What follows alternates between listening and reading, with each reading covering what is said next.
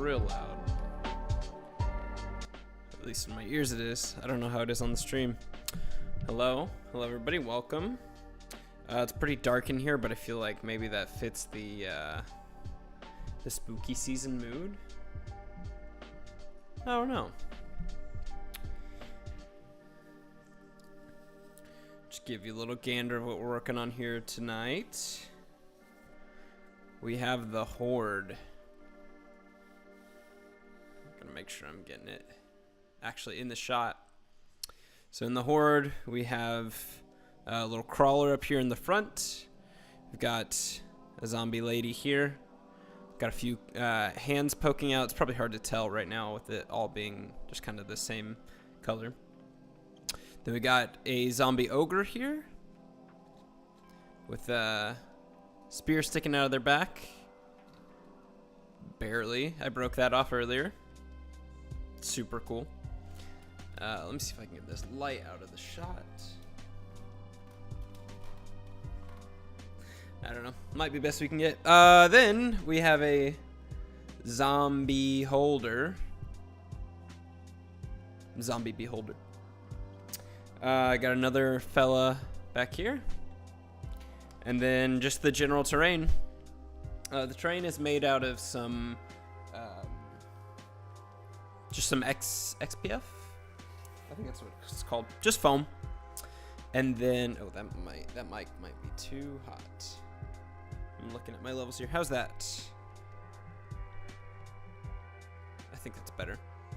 And then, yeah, I've just got a bunch of. Oh, did I lose the music?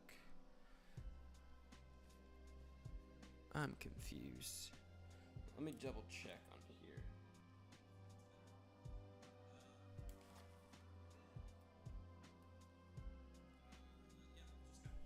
Wow.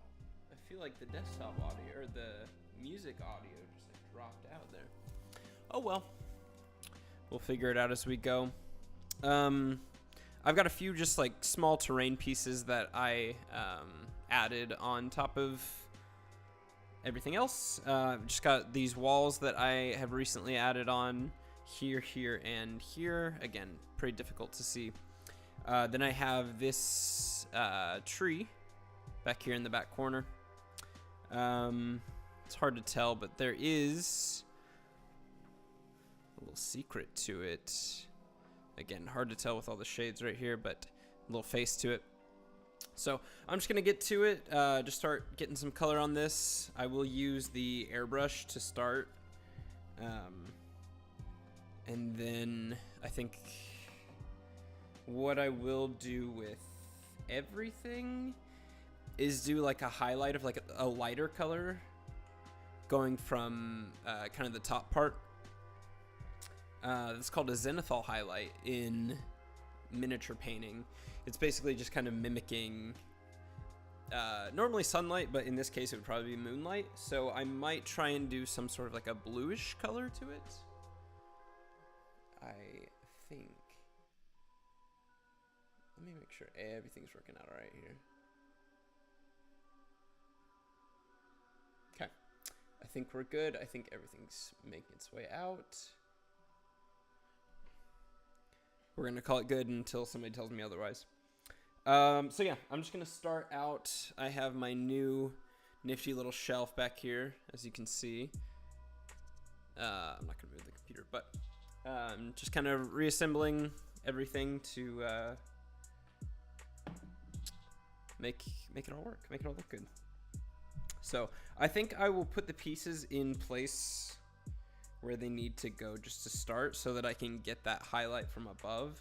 Although I guess I don't really want to highlight the ground, do I?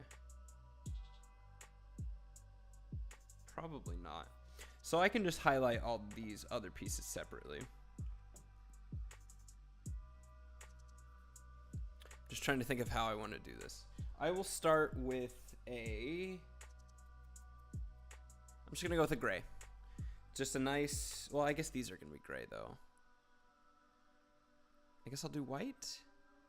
So I'll do a highlight. Yeah. I'm just gonna do it Get my dead white here. Hard to see, but that's what it is. I'll get that into the airbrush and then I'll get going on that. This is a bit of a thicker white, so I kind of have to water it down quite a bit. I guess I dipped it in some red recently. I mean, this light really washes things out. I guess I dipped my white in some red, so if we get some of that in here, actually looks like there's a tiny bit. That's fine. So not a ton going in there. It's hard to orient to. And then I'm going to add a little bit of this airbrush cleaner, which obviously is made for cleaning it, but it also helps kind of thin things out a bit.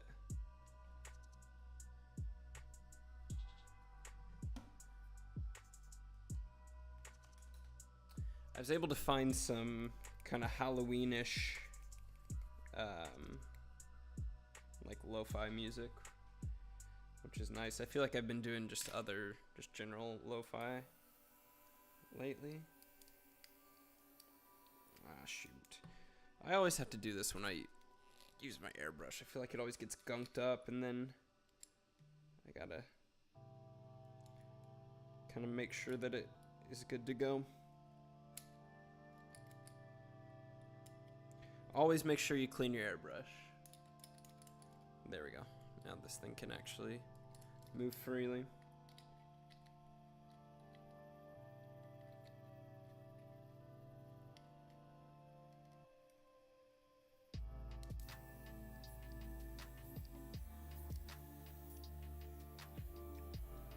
Again, kind of hard to tell, but I am getting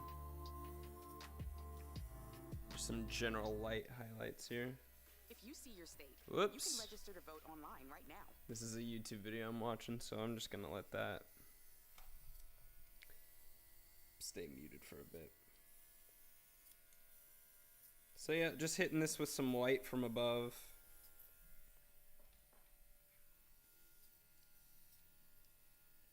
Not hitting it super hard, but just enough to where it's hitting from the top part, and then the bottom parts will stay a little bit more dark. Same with all these little critters. They're getting the Zenithal Highlight, again, as we call it.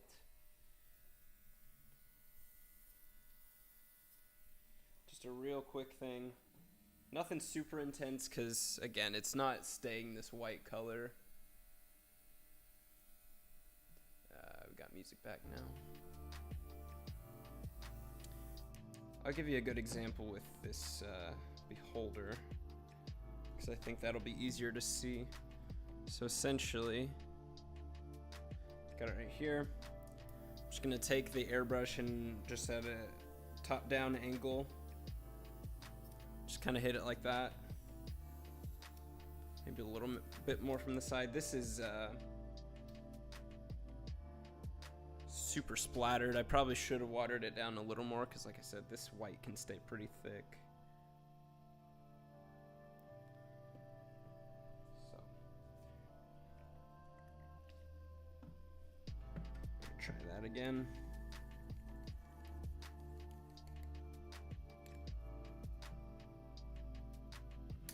Normally it's a pretty good idea to have a mask on for this, but I'm not keeping my face super close, so. Alright. So just hitting it from above, making sure that the tops of all these little eye stalks will get hit. That way the bottom parts will still be black, and we've got a nice sort of fade down.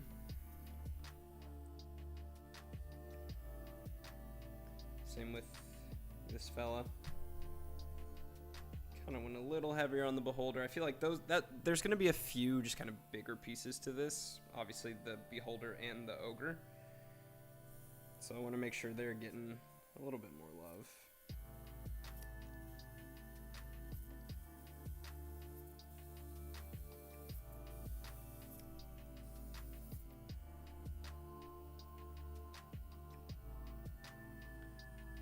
So you can see, like I said here, like you can see kind of the darkness, especially here in like the armpit. There's a little bit more darkness there, but then the light's staying on top. Kind of tough to see with, especially with everything being washed out because of this light, but it's really helpful, and I feel like it's going to be helpful, especially with having stuff on camera. So again, just hitting this stuff real quick, so then I can start getting to the fun stuff. Hope everybody's doing all right tonight. I don't know if we have very many, if anybody, watching at the moment, but I'm sure we'll get some friends in here soon. But in the meantime, I hope those of you who could be here are having a good day. Got my dog Ollie barking over there. Love that. Love when he does that. Ollie, you stop.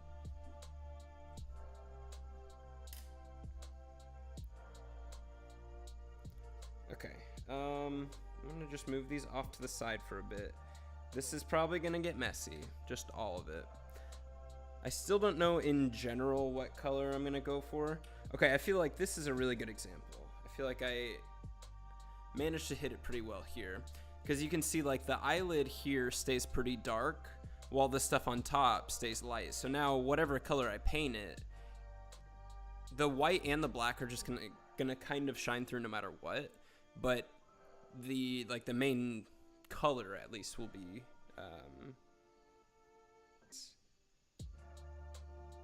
and then it's got like a decent fade from up here down to the bottom where there would be less light. So with like airbrushing it, you kind of have gravity working as light for you, if that makes sense.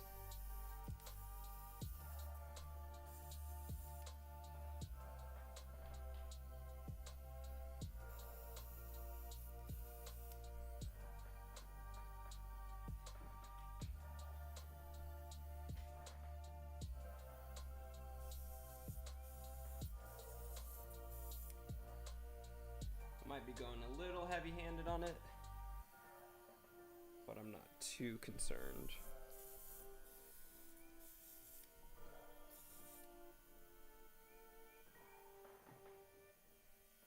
Okay. And then I'm gonna hit these a little bit more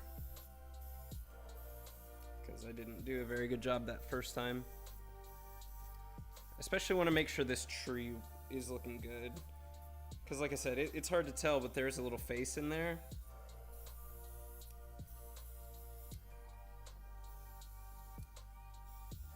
So I want to make sure that is shining its way through.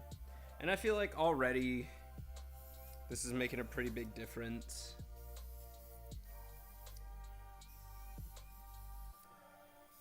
Just with everything. I'll hit it all just to be safe. Just to give it sort of a uniform coat, just so whenever I go in with the, I'll probably do like a brown airbrush on this and then do like some little like dabs of green to give it sort of a grassy look to it. So when I go in with all that, hopefully it'll be a semi-uniform color. We shall see. Okay. I'll go ahead and like semi-assemble it so that it's a little bit of a better, look of what it should be like. Now that there's more contrast to it between the white and the black. This guy goes up on the hill. And this guy goes here. So. Try and move this light back a little bit. I got wires in there. So, see, you can already tell. Again, it was super hard to see beforehand with the with it all just being that black color. So having that light, simulating what it would look like if there was a light shining down, really helps to break up just the darkness. And you can kind of start to see the face here on this little tree guy here. That's his nose. So that's what I was wanting. Again, these are really cool models. They're by the same guy that I've been doing several things from. His name is Imzipor250. He streams on Twitch, and he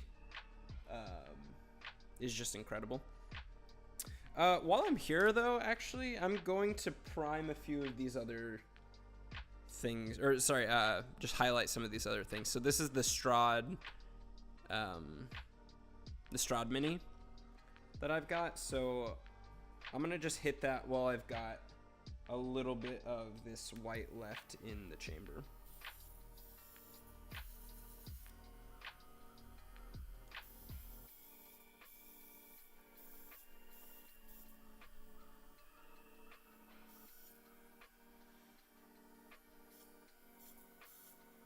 This might be a little bit too watered down.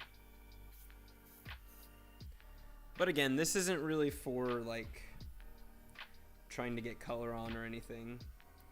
It's just to get contrast. That's not good. Don't really want that happening. I've got the chat in the way. But I've got that trail of white going down. Don't want that.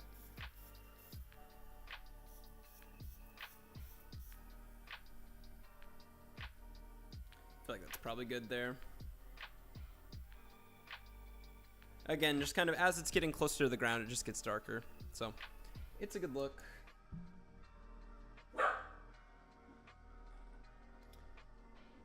And then I have this green slad, which again, really hard to tell what it is even right now. But with a little bit of a highlight, I'm gonna do this to where maybe from the camera's angle, it can start to come to life right before your very eyes. Except I'm out of paint, so gotta re-up on that. But it just kind of helps to give me the roadmap too of like where I'm going with the model, what needs more attention. It helps me kind of plan out what I want to do color-wise, because I can just recognize what everything is at least.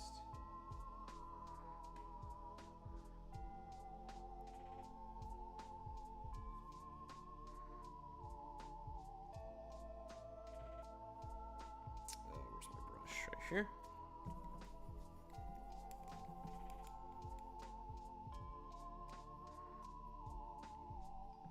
Thin that out a little tiny bit more. Ah. I'm missing. I knew this was gonna get messy.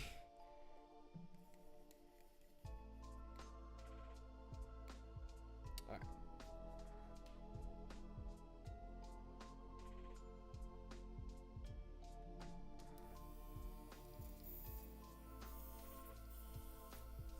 Okay.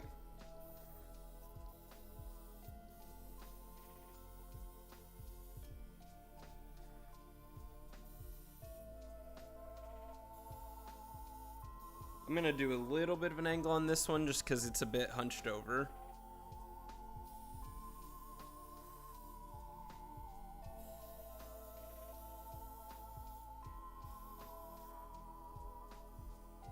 What's up, Logan? How are you, my friend?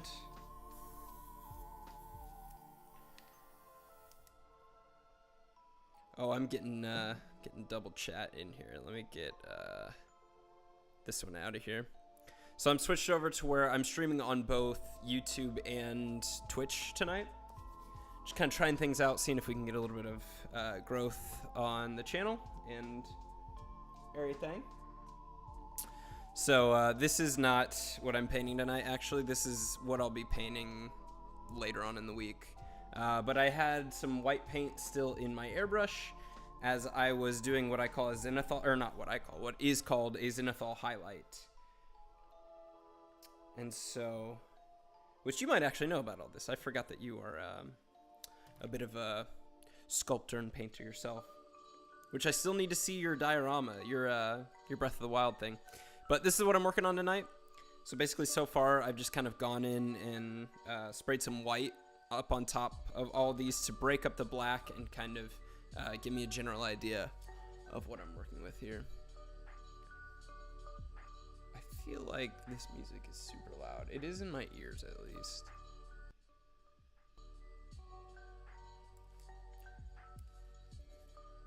I'm gonna call that good. Okay. I'm gonna put the minis aside for a minute and then focus on just the terrain just for a little bit. Because I think that's going to be a lot of the, I don't know. It's just a lot to work with. So I'd like to just kind of get this out of the way and then focus on each of the other ones individually. So, I've got this nifty little cleaner thing here. You can see it on the smaller screen. And that is where I can empty out my airbrush into. Usually small-chested women like this. It's true. I got the ads showing up. Okay, and I think we're back. I don't know why YouTube thinks that I need the ad for bras, but here we are. They're trying to tell me something.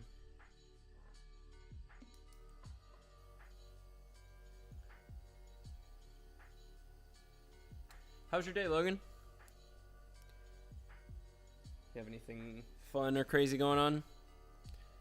I tried any percent speedrun. Nice. On Breath of the Wild?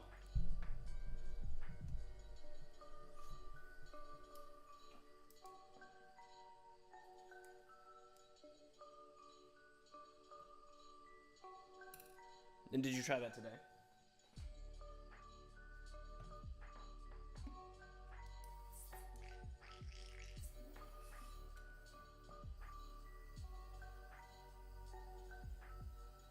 It's a good day, nice.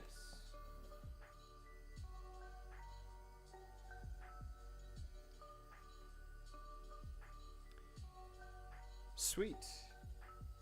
How did it go? Did you kick butt? There's still a little bit of cleaner in here. Also, what was your time for the any percent? I'm assuming that's basically just whatever you have to do, get to the end, and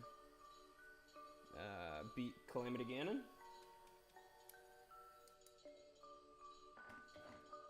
Just a guess. Also, play Breath of the Wild 2, get the small details. Like Breath of the Wild 2? The second one? Because I don't think that's out yet. Or are you saying you play it to get the details? You play the first one to get the details. Man, I am slinging paint everywhere. Alright. The beauty of using an airbrush is that you gotta clean it out often. Got like 1 heart. Is that heart? Oh, 1 hour and 23 minutes and 23 seconds. Nice. Nice. That's cool, man. That's pretty fast. What's the general strategy to that? I don't know if I've watched people do that before. Okay. I'm gonna go with a darker gray or darker brown for the is that what I want to do?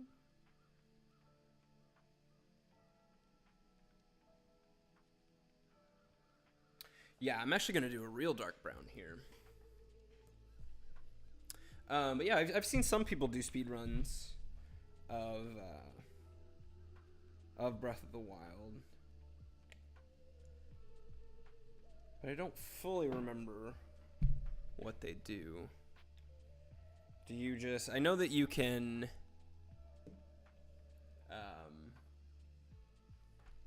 Oops.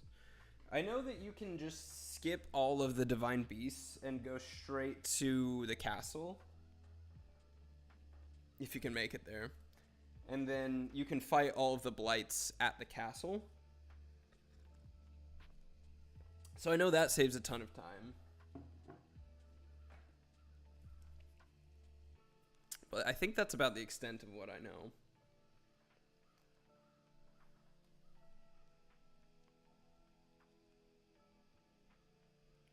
Okay, so yeah, I'm starting out with a pretty dark brown. And that's what I'll brush on the ground. Then I'll dab in a few parts of green. I also have this moss. This is like fake moss that my wife got for me at the craft store. I'll show it right here. So I might include some of that in patches. I'm not entirely sure at the moment.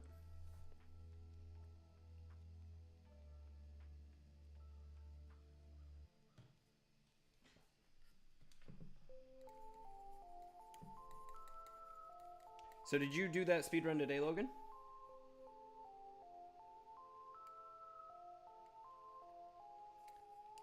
Because again, I think you're gonna have to start giving me lessons. All it is for Great Plateau is to fall damage cancel and wind bombs, then get Master Sword. Okay, you do have to get the Master Sword. Hearty food, then you go beat the game. Nice. That's impressive. Was that your first time doing that? Or have you done that, kind of been practicing and working up towards that?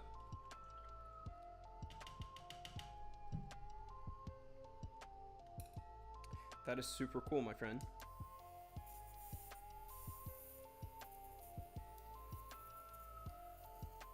So I'm testing out this brown. All right, looks like we got it pretty runny now. Then I'm just gonna hit the all the ground here.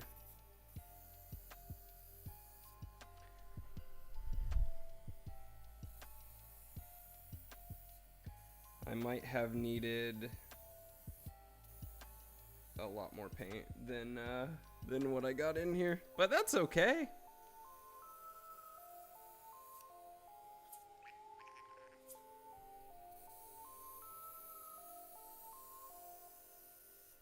Man, it feels good to see some paint on this. I've been staring at this thing for about 2 weeks now. Just so eager to paint it up. But I've been waiting to get to October. Because I'm a good content creator. No, I'm not.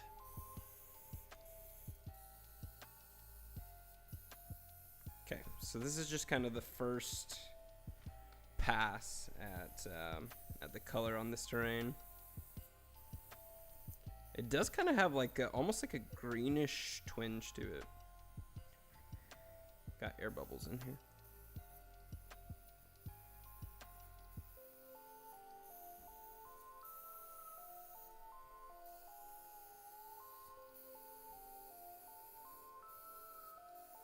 So yeah, not trying to go too crazy here because I'll end up probably dry brushing on top of a lot of this. Pearlescent paint. Is that what you're using? I just had a primer that is pretty shiny. And then this is just a pretty matte paint.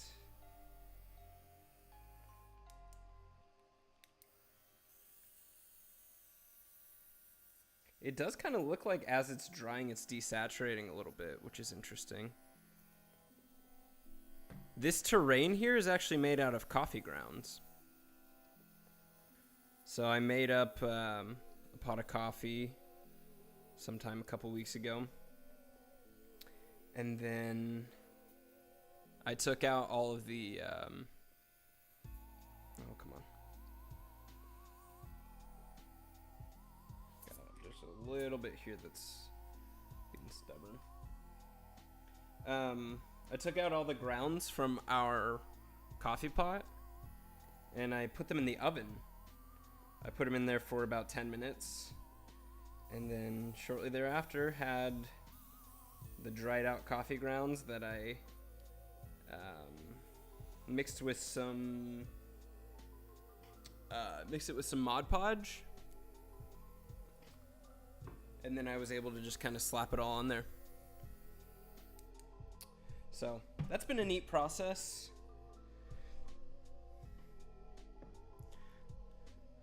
I got school, so it makes me rusty. That's fair. That is totally fair. I get the same way. I end up having to go to work. I'm like, all right, it's taken away from playing video games or painting.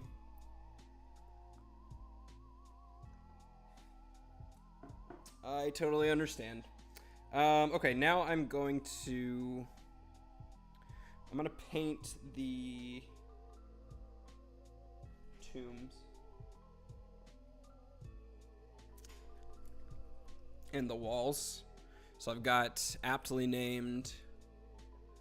I'm gonna paint these stone. Dadgummit. Probably helps if the light is more so on the piece. Anyways, it's hard to tell, but it's called Stonewall Gray. Pretty good name, and a pretty good color choice for painting stone walls. So, yeah, I'll come back. I'll hit the terrain again in a little bit. Make sure I'm cleaning out my airbrush along the way.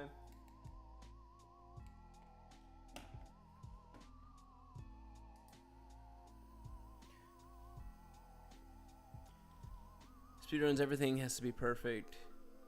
Like no failed wind bomb, none of that sort of stuff. I can only imagine.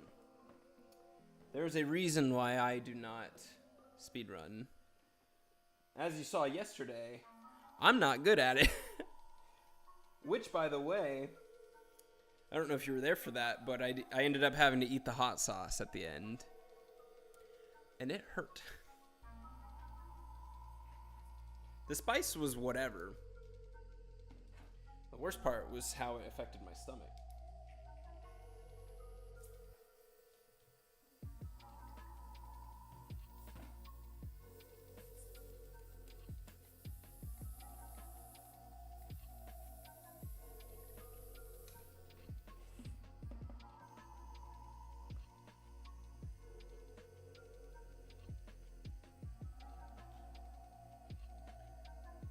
So Logan, I want to hear about this this Breath of the Wild piece. You said it was as big as your kitchen table, right? Are you still working on it?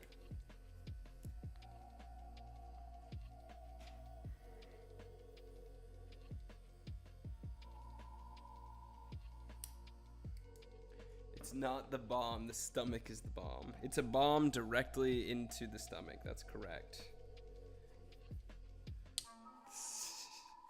Yeah, it was rough. But I'm here today. I survived. I just yeah. Last night was rough. But all for the content. That video is up on my channel. The if you want to fast forward to the end where I end up doing it.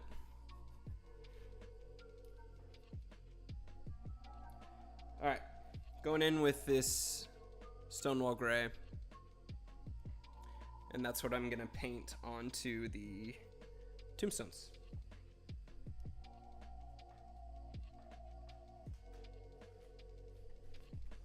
Got my nice-ish brushes here. That's what I'm going to be working with.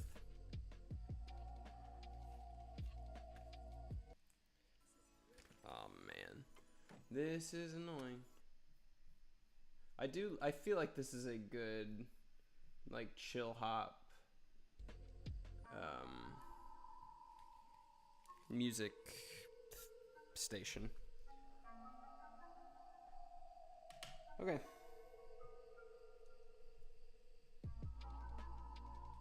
Going in with some gray.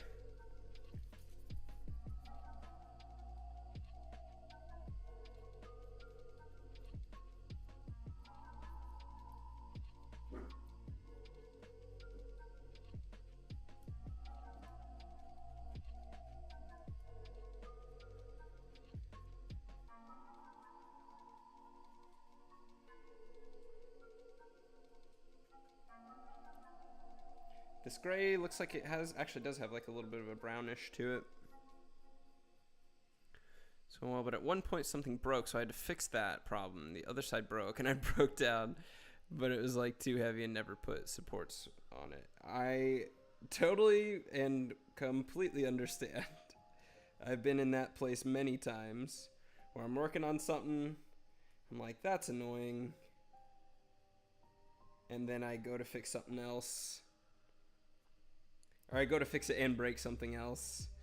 And it's just a series of that over and over, which can be heartbreaking. So hang in there, my friend. It's usually worth it to persist, but I'm sorry that happened to you. That's no fun.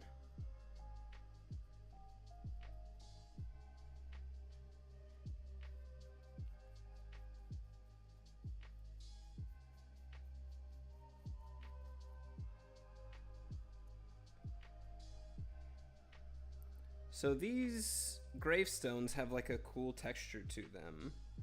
They've got a lot of like cracks and runes and stuff on them.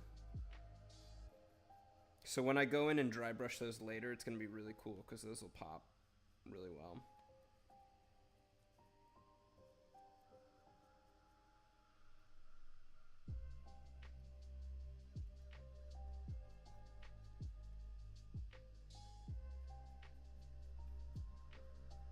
It's hard holding this big old thing.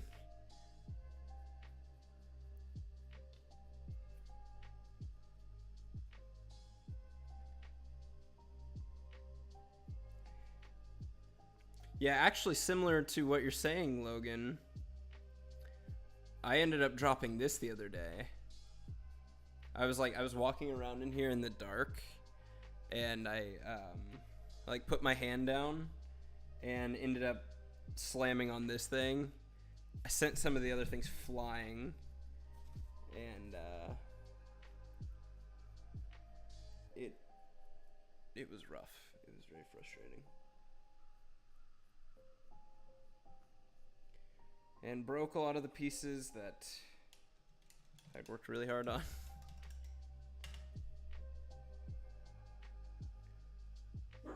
Alright. I'm gonna go ahead and hit this tree as well with a... Let me see. I think I used the darker brown. I'll use a lighter brown here.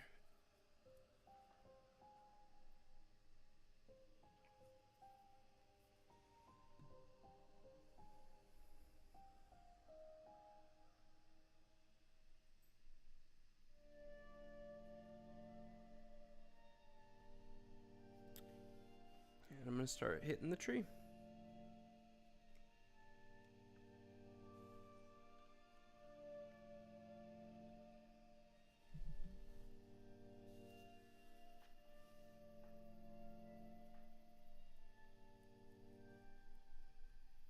So see, yeah, now you can start to see that face really well. Got a big old schnoz there.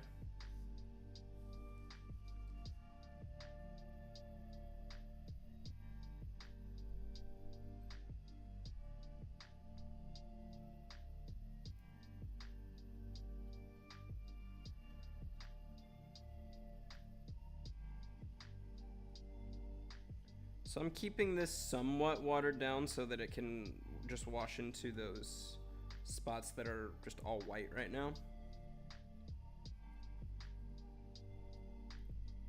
Because I do want it all to be brown.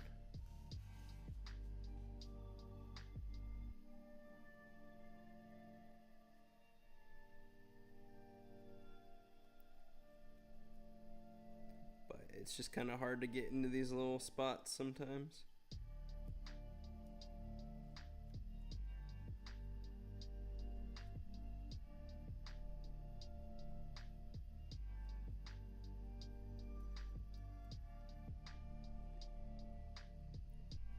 Because I'm thinking I might introduce a different color in here pretty soon. Maybe not soon, but I will probably introduce another color in, like something that ties everything together.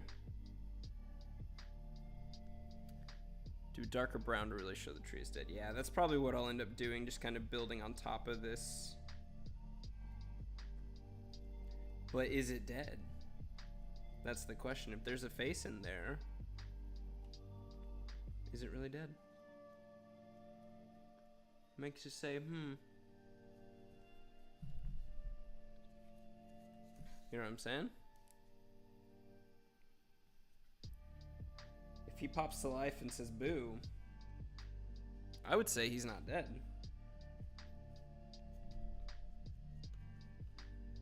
Maybe undead? Maybe it's someone who is cursed and forced to be a tree.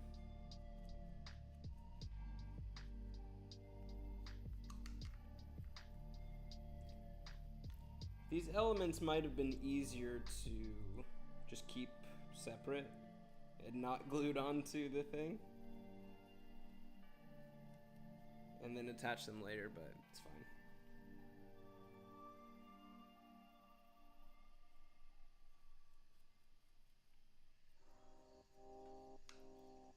Okay, I think we're getting close on the tree here.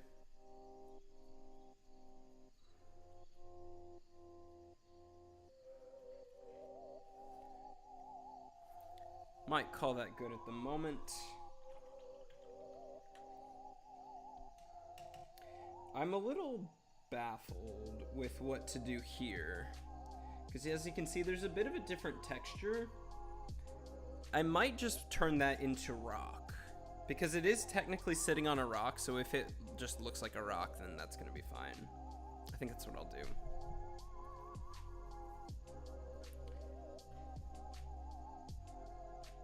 Alright, then hitting this tree stump with the same thing.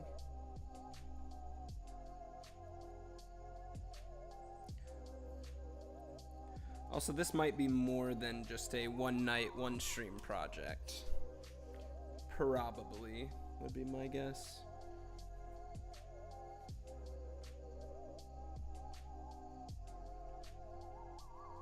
Which is a bummer. But I'm not too mad about it. I signed up for this. I knew what I was getting myself into.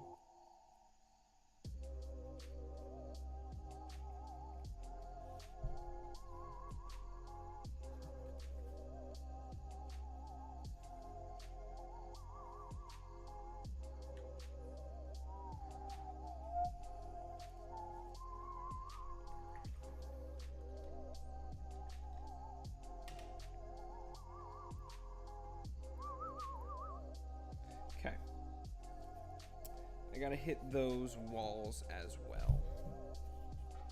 So I'm gonna do that now, and then while I'm doing that, I might go back and hit the graves again.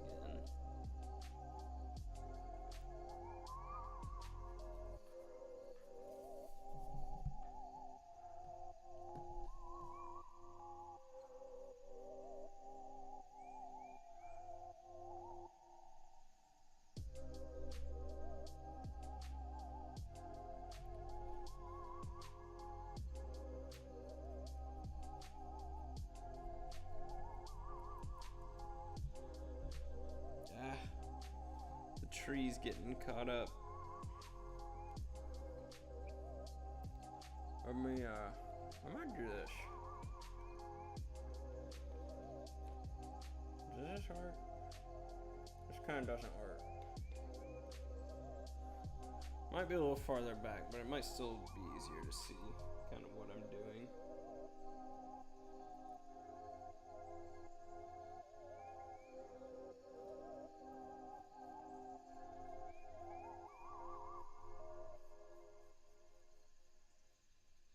might need to hit the sides with that brown as well. Just to kind of give it the idea that it's like, sometimes it doesn't focus. Yeah, that's what I figured. It's not the best camera. It's pretty good. But it just struggles with focusing sometimes. Don't we all, though? You know what I'm saying?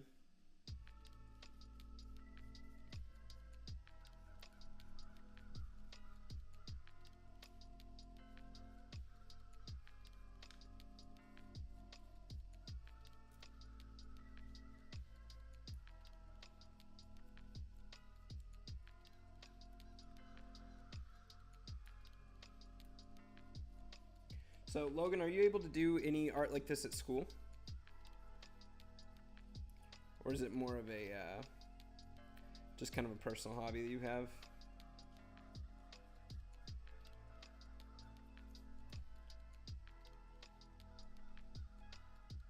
For at home.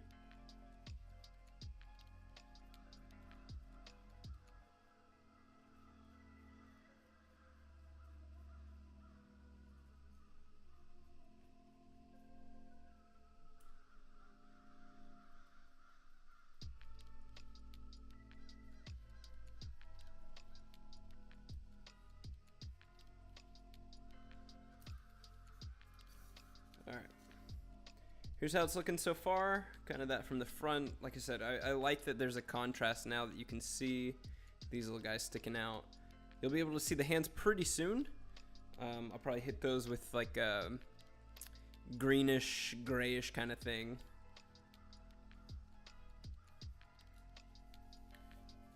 Trying to get one of those pot makers to make the shapes I need. That's awesome. That sounds like it'll be really useful.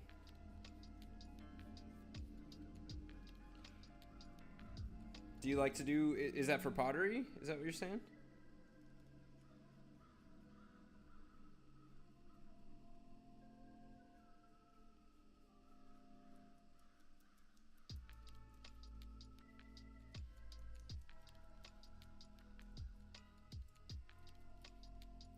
Gonna need a little bit more of this gray.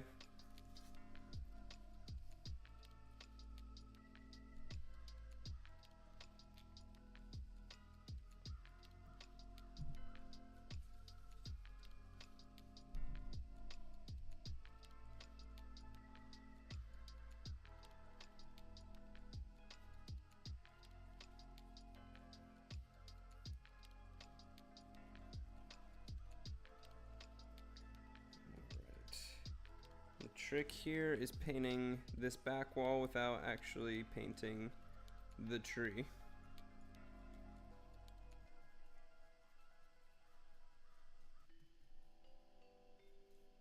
I think I'm doing all right.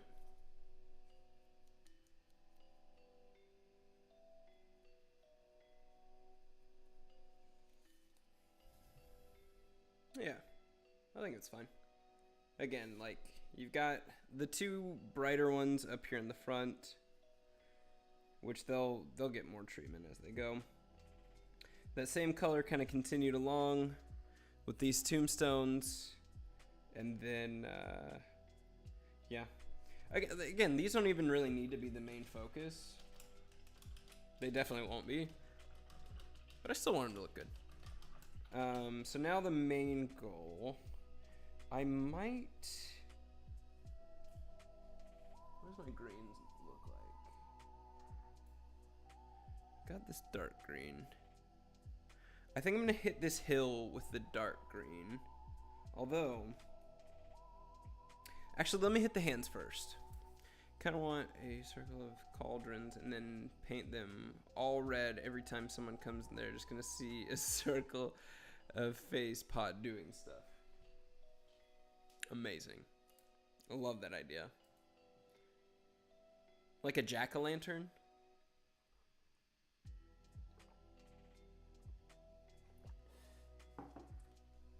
Like cauldrons with faces?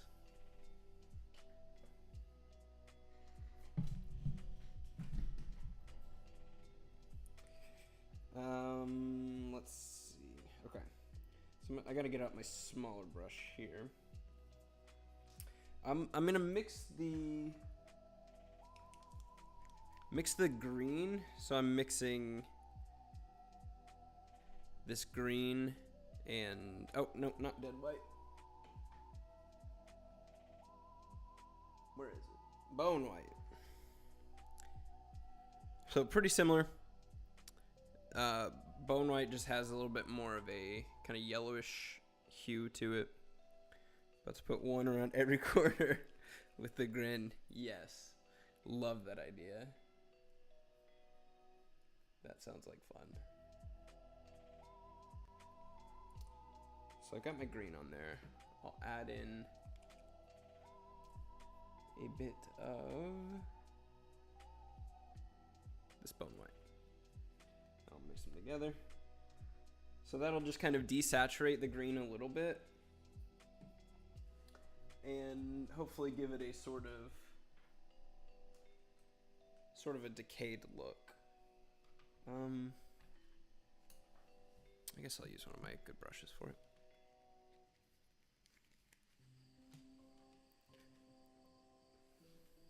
Awesome. I call them my good brushes, but then I go and do something like this. Just pull the tip off of it. I need to solidify it back on somehow. Okay.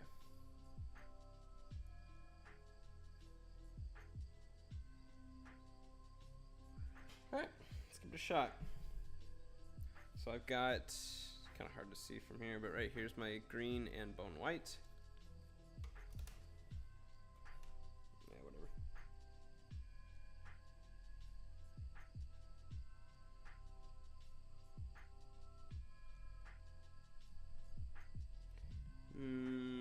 This isn't the color I was wanting.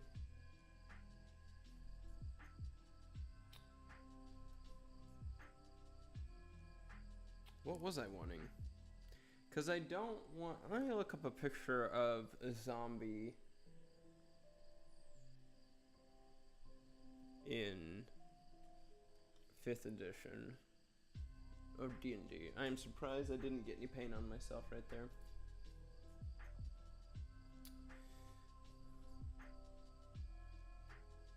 Yeah, so they're like...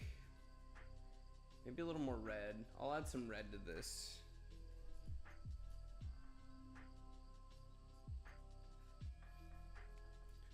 Hopefully that'll do this, do the trick.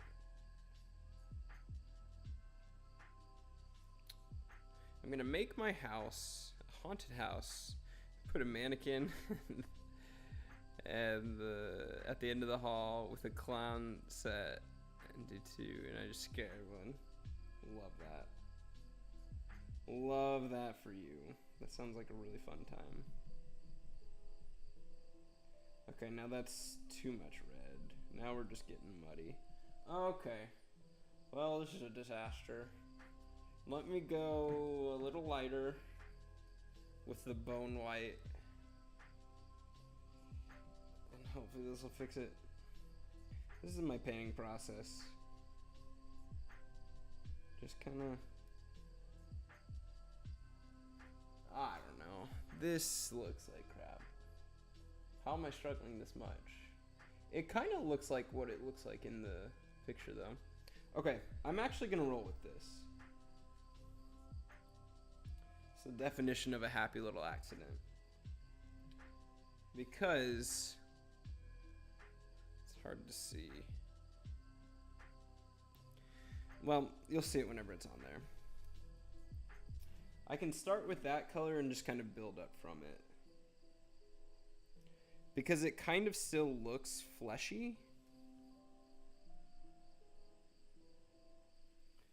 And then I can build up with like the dirt and decay kind of look. Should I do a jigsaw Muppet on a tricycle move and talk? Of course you should. Of course you should. If that's something that you have the ability to do, always absolutely do that. That sounds awesome. Sounds like a bit of an undertaking, but Again, if you have the ability to, I think that sounds so cool.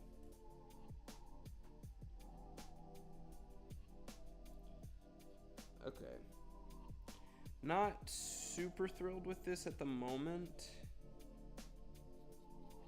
But again, I can go on top of it and add some splotches and stuff.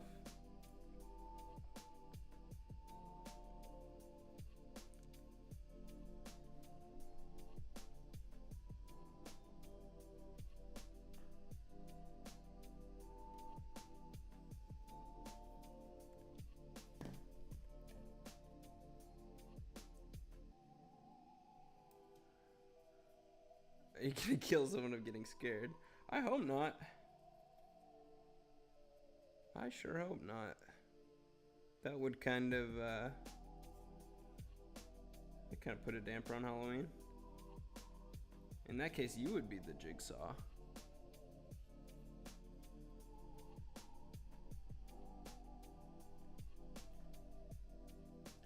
Okay. So here's where we're at after the hands. They're definitely noticeable. But I feel like they don't look zombie-esque.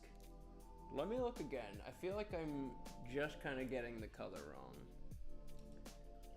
But that's okay because I can start with kind of this darker color. Then what I might do, I might just take this green now, or maybe I've got a lighter green. I might just use the lighter green as like the highlight to that. Yes, color. You like the color for the hand? The hands? Hang on, it's struggling. There we go. Do you like that?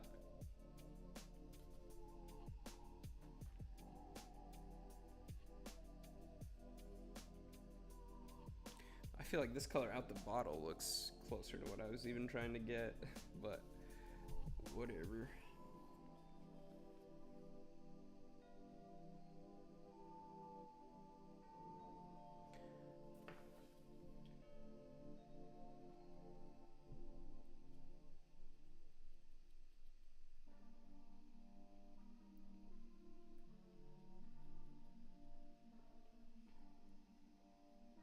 Yeah, I'm not mad about this. Again, kind of this combo of colors. Of this like fleshy red and like the rotting green. I'm kind of digging it, if I'm honest. You can see in this one up here. It blends in a little bit. You like the dark green? Nice. Okay, cool. I'll keep rolling with it then. Just kind of brushing it on real light and leaving that kind of fleshy color in some of the more recessed parts. Yeah, I'm not mad about that.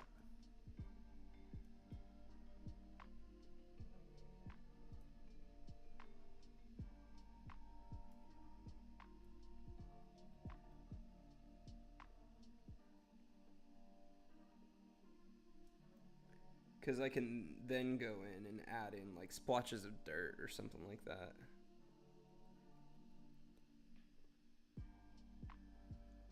Yeah, I'm cool with that for now.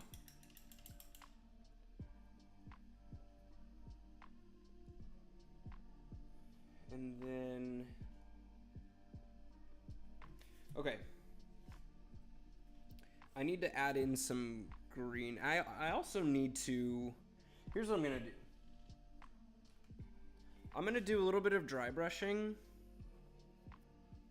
to get like a sort of path going through probably like this way. Maybe kind of going up along here. So I'm gonna kind of brush that path in and go along with like a light brown. Is there anything I can do that on?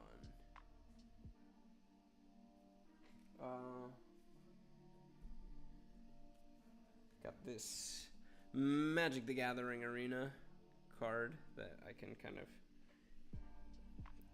dab out my brush on. And then, yeah, let me mix this with a little bit of bone white to make it seem a little bit lighter.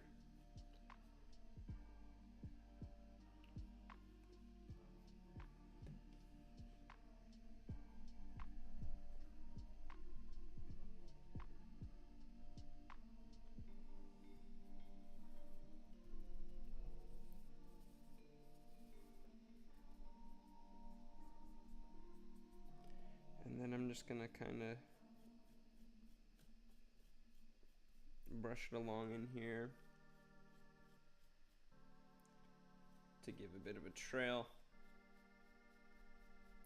which maybe I even need to just put that on even thicker, maybe more than just a dry brush.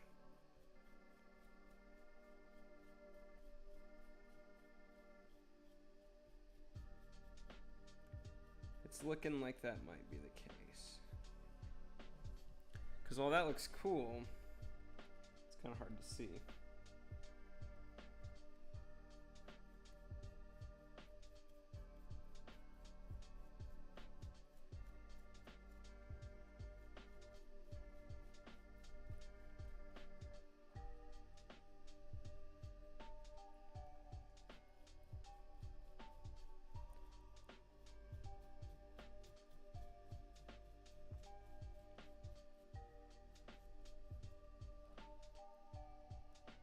It's looking alright.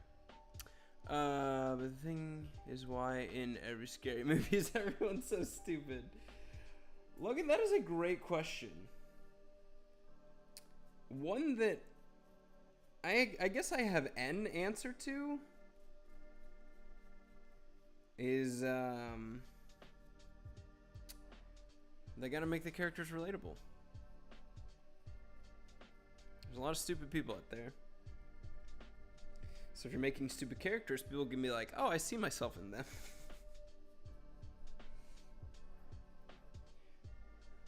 I'm kind of joking. Kind of.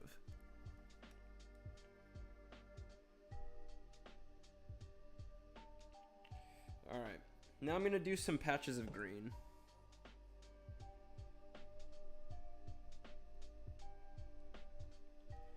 Just to see what'll happen.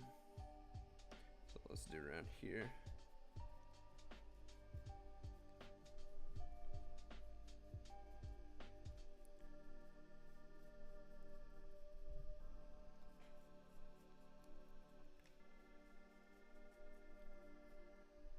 Okay. I don't hate it.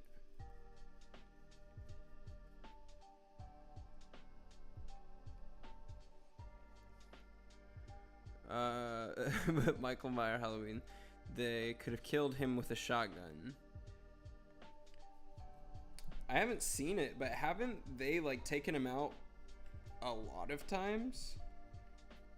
And he just kind of keeps coming back? Unless I'm mistaken.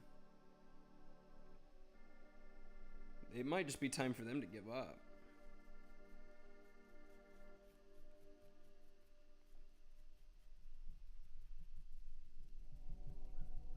You know what I'm saying?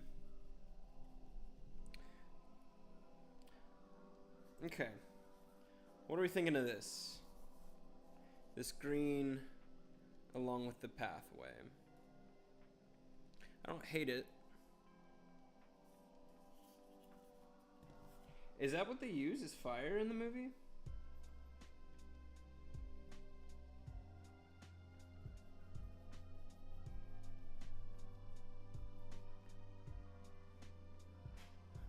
Shaw is like no wonder all.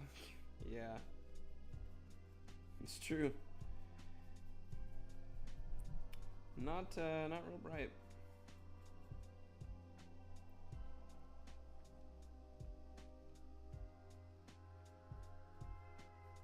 Also, who is he? Like, what's the story behind the guy?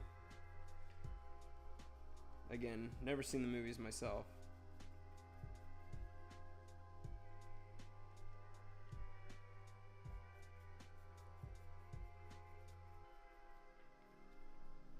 Whoops. Got a little bit of green on that hand that's right here. Saw they keep walking into traps. It's true. Isn't that like the whole movie?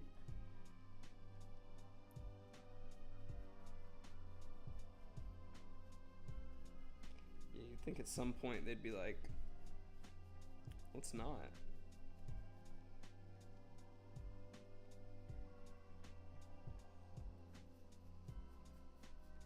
Oh well.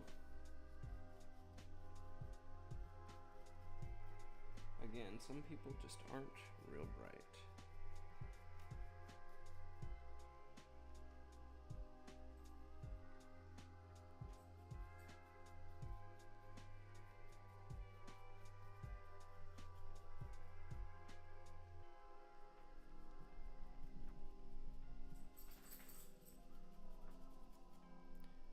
They can disarm the traps, but they all have to be idiots.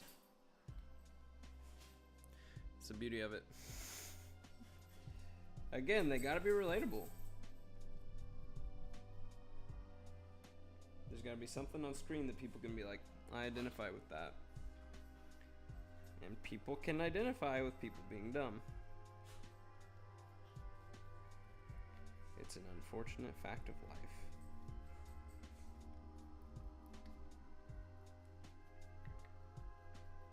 I want to add more green in here onto my palette.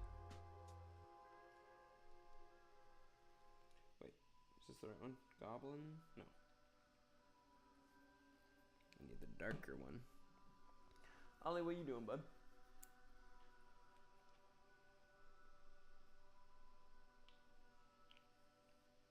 I guess I'll just do the whole thing with green. I kind of thought of having it like a little more patchy, but I'm not hating this. I keep saying that, not hating this. No, I'm actually liking this. Let me rephrase.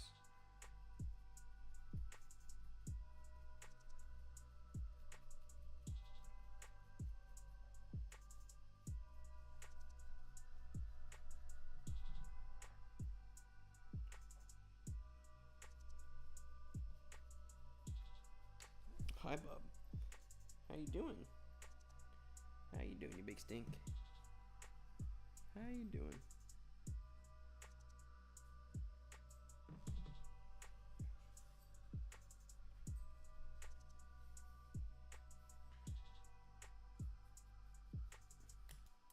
Oh, that just took out a big old chunk of the coffee grounds.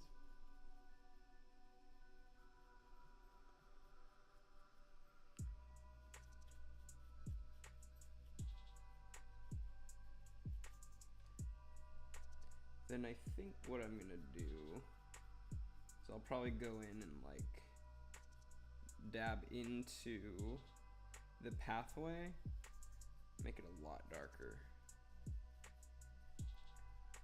Just kind of have splotches of brown every now and then.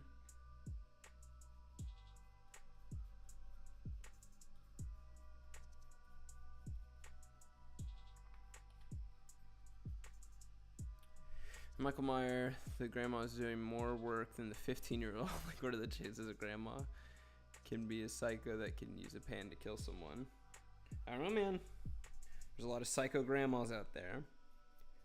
Also, Psycho Grandma sounds like an awesome band name.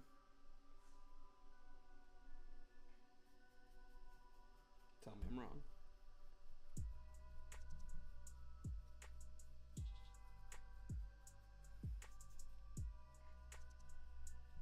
But yeah, I'll have to watch that movie to familiarize myself.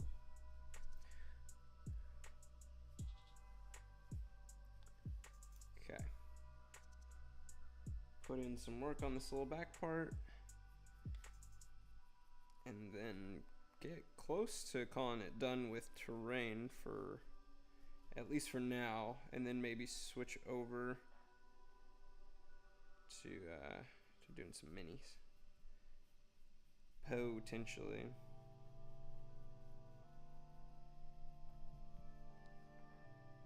The bad random sound like a good one.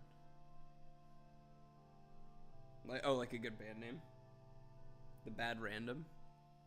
Is that what you would name your band? Are you in a band? You play an instrument?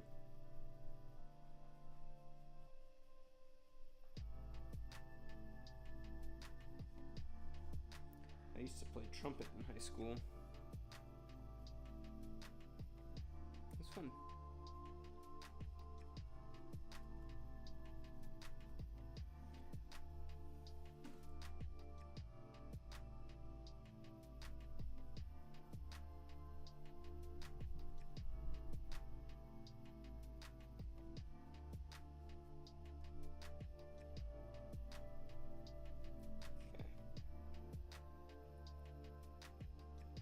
But I would play violin. You should. Is that something that's offered to you? My sister played violin, and she loved it. She was really good at it too.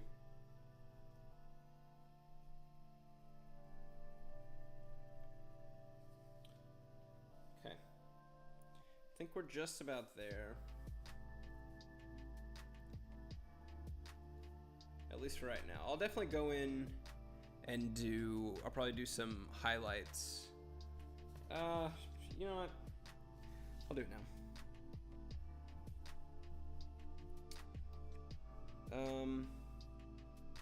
Actually before that, I'm gonna hit the path with a little bit more brown.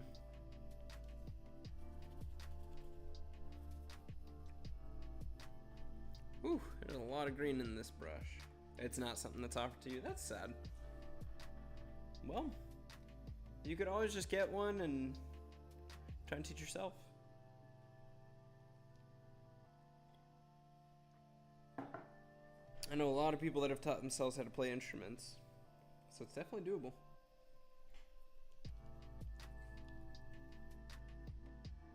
Ollie, you don't lick. Back there looking. Thank you. I appreciate that. I'm really happy with how it's turning out so far.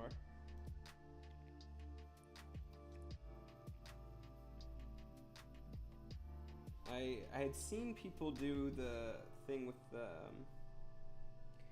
coffee grounds like a couple times before, but I've never tried it myself.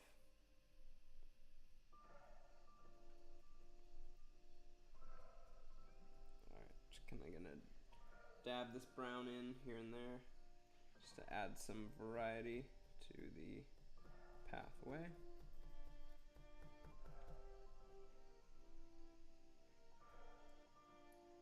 And then add in a bit here as well, because it kind of looks like this hand is sort of pushing out some mud.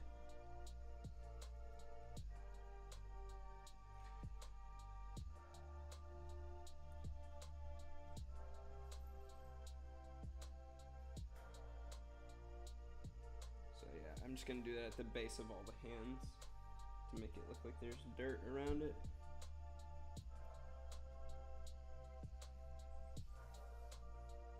That can kind of help highlight that as well. And then brush a little bit on the fingertips, make it look like they've been kind of actually clawing their way out.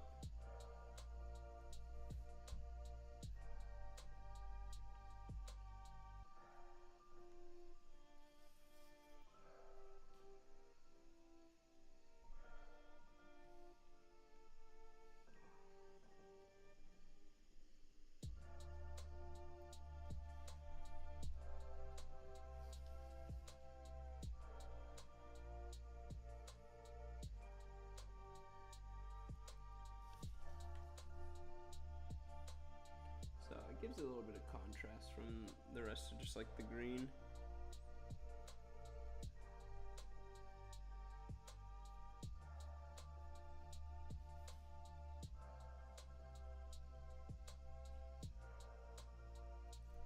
And then maybe up here kind of along these walls, make it look a little more dirty.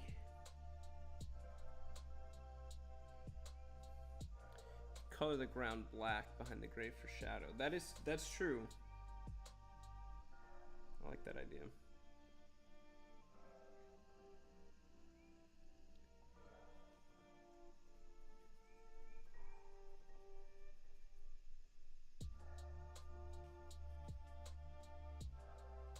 I think I might just go ahead and paint the sides. I don't know, actually. I was gonna say paint them brown, but I'm not sure if that's what I want to do or not.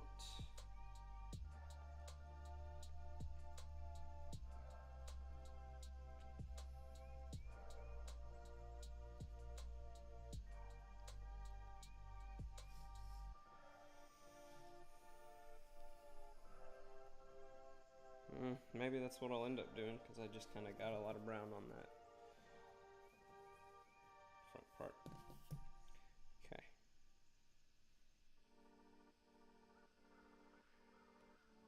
Kind of hitting the undersides of some of this tree with some of that brown.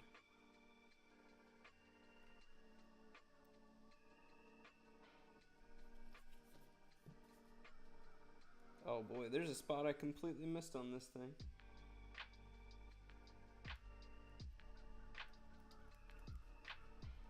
Oops. Definitely looks like wet, loose soil. That's good. I can't help but think of the swimming pool scene from Poltergeist. Man, I need to see more scary movies, I think. That's another one I have not seen. What happens in that scene? Boy, I did a terrible job on this. I missed a lot of spots. But that's fine, because now I get to just go in and add some more flavor to it.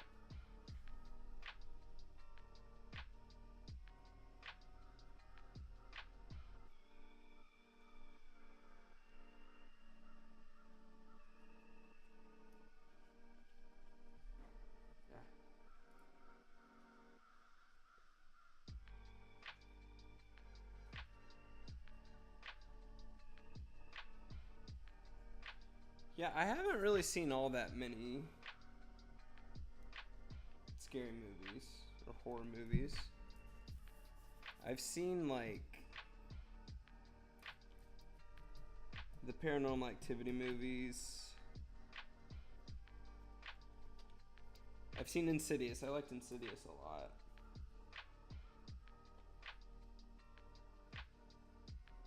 Heavy rainstorm causes the coffins to start pooping up out of the wet.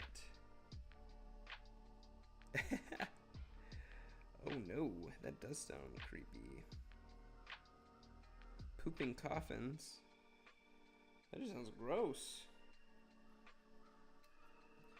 I'm scared after it dries it's gonna have a little missing paint. Oh, on this? I don't think so. I think it'll be okay, but even if it does, I'll go back in and hit what I need to.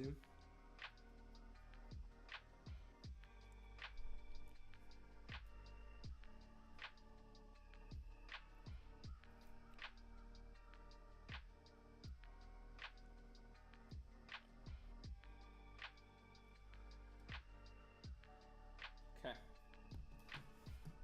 I think that's working. And I'm going to hit some highlights on the gravestones now. Hit that with a little bit of white.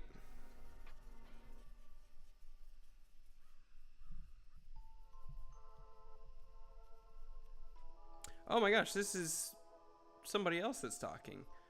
Oh, Havoc, I didn't realize. I thought I was talking to Logan this whole time. I'm so sorry. I didn't acknowledge you coming in. Hello. Welcome to the stream. Popping. Yeah, all good. Well, thanks for popping in. Yeah, I was telling Logan, actually, Actually, I need to look back. How long have you been here, and have I been talking to you and I didn't realize it was you? Okay, not a super long time. Well, cool. Thank you for coming in, Havoc. And I'm sorry that I didn't acknowledge that. Tried to make cakes on the graves. What do you mean? That doesn't sound very spooky to me. Oh, cracks. I see. You say crack. I read that as cakes. Yeah, I could attempt that. I'll go with more dead white. What an appropriate name for this diorama. Havoc, if you are not familiar, I am, well, welcome to the Guild of Gluttony, first of all. I have created a, like a prompt list with 16 different words that all relate to some sort of monster that you can find, mostly within Dungeons and Dragons, because that's what my channel's all about. And so the idea is that you can create something around that prompt list. And so for this one in particular, I have chosen the word horde. And so I am creating a zombie horde diorama that has all these different creatures as part of it. So we've got a beholder, we have a zombie ogre, and then we've got several other zombies that are going to be part of it. Which, seeing that on the color makes it pop a lot better. I'm excited about that. So, that's kind of what we're doing here. And for anybody else that is watching as well, that's what we're up to. All these shenanigans here in the guild. So, I will continue on. Which I'm thinking... Actually, I'm just not sure what I'm going to do yet for the colors of the minis. Because I feel like it all needs to be a little more cohesive. Which I might just do like a wash at the end to kind of pull all the colors together. But I'm not sure. But for right now, I will just do some dry brushing on the, on the tombstones. And yes, Logan, these do have cracks on them, just as part of the design.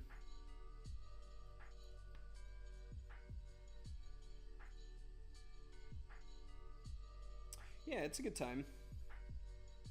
October is like a big month for people to do like challenges, like especially art challenges. And so I've done a lot of them before. I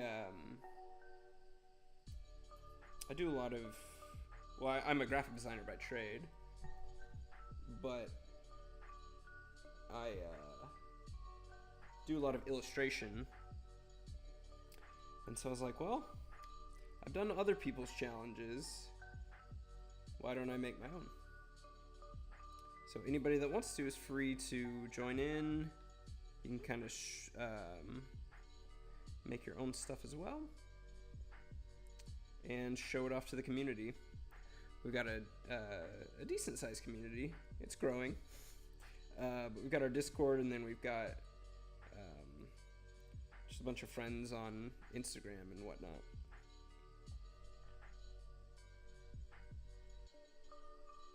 So yeah, on my channel, I have started out by making videos that are all about cooking, and there is a cookbook for Dungeons and Dragons.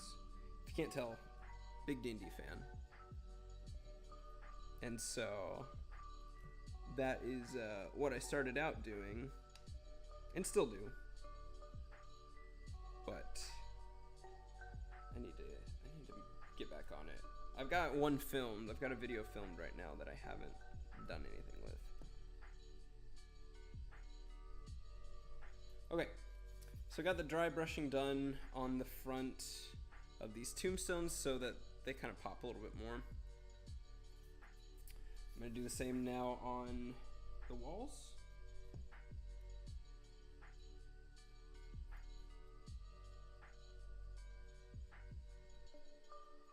Again, just kind of really showing off that texture, which you can kind of see. Let me see if I can get it in focus here, but you can see that just with this dry brush, man, I gotta get this honed in on the color, or on the lighting.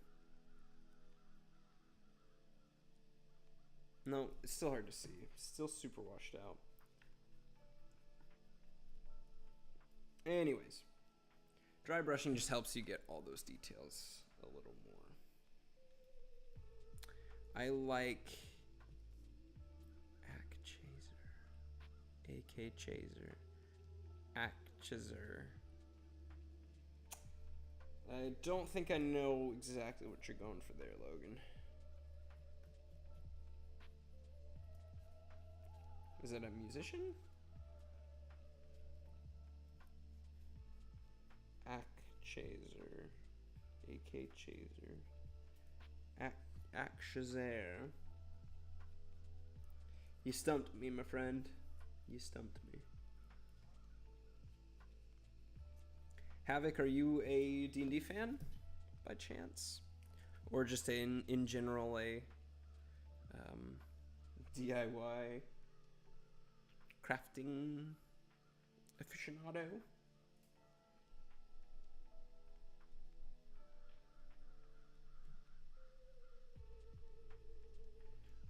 I've also been playing through Breath of the Wild recently, so that's a little bit more content that I do here as well.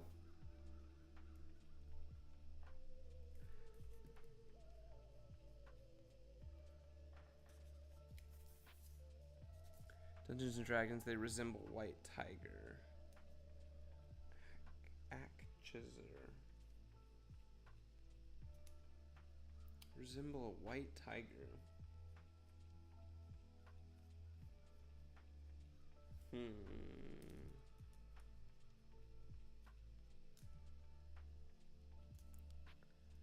I don't think I know what you're going for, though.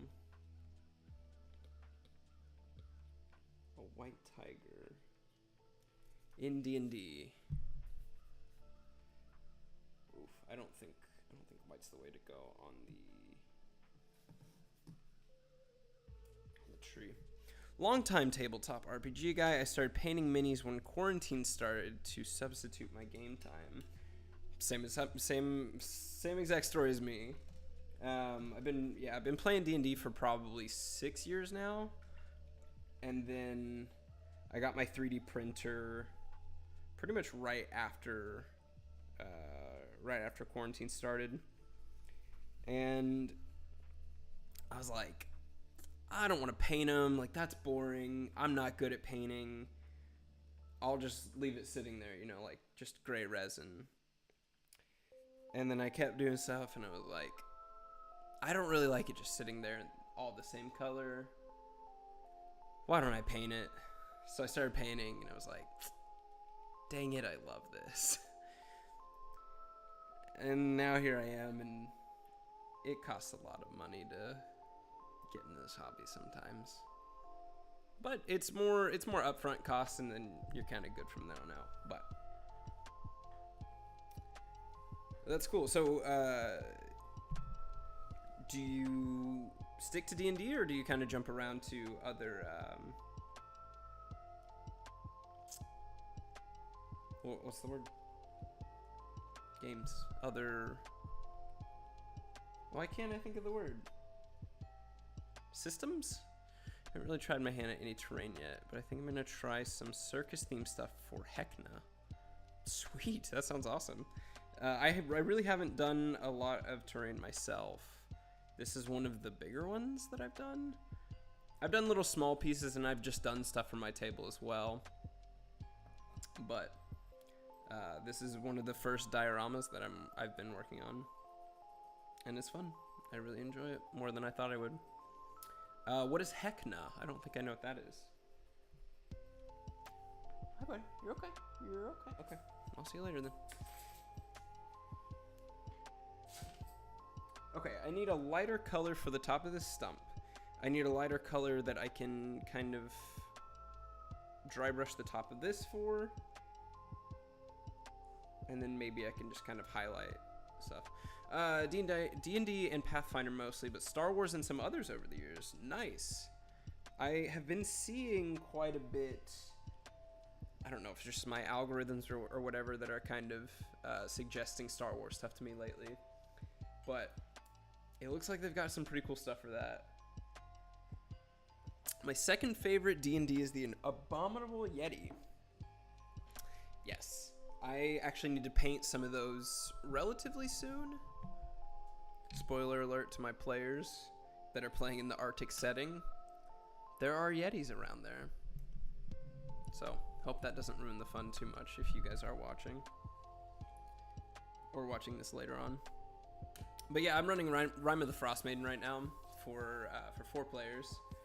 And it's fun. It's a really good module. I've kind of been doing a lot of homebrew to go along with it. But yeah, well, yeah, that's all I'll say on that. I still want to know what creature you're talking about, Logan. The Ak Chaser. AK Chaser. Let me Google it.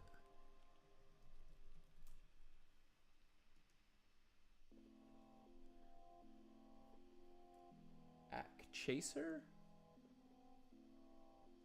Race chaser? No. Is it some kind of chaser? Is that what you meant?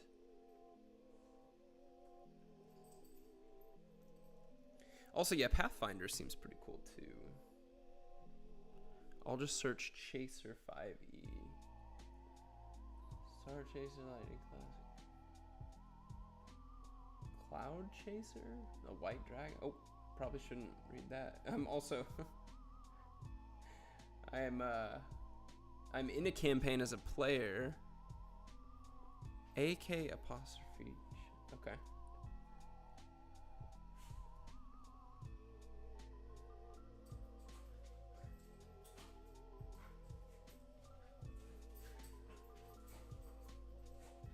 Ollie. Oh, here we go.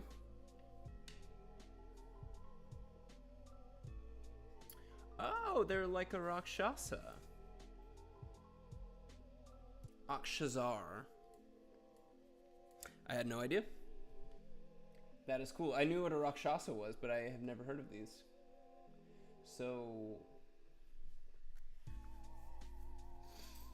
they're pragmatic manipulators. They lack the typical beguiling abilities of their common counterparts. So they're a more rare form of Rakshasa.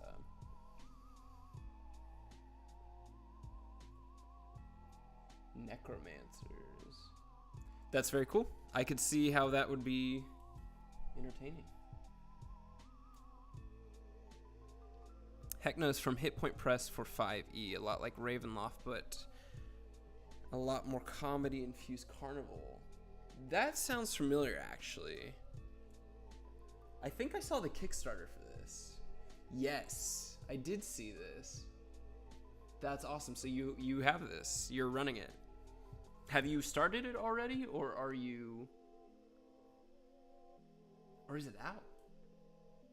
Estimated delivery January 21. It says pre-order.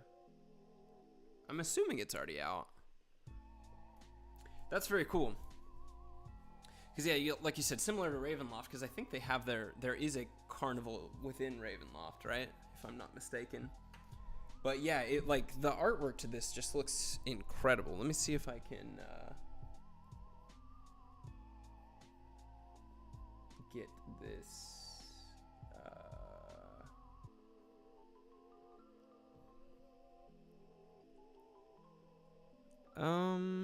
What if I just do this one? Okay, it's just gonna be my hands for this one, but yeah, so this is the Hekna campaign. I think everything should still be working here, but campaign has ended, but the fun has just begun. Yeah, I remember seeing this and being like, man, that would be a really fun one.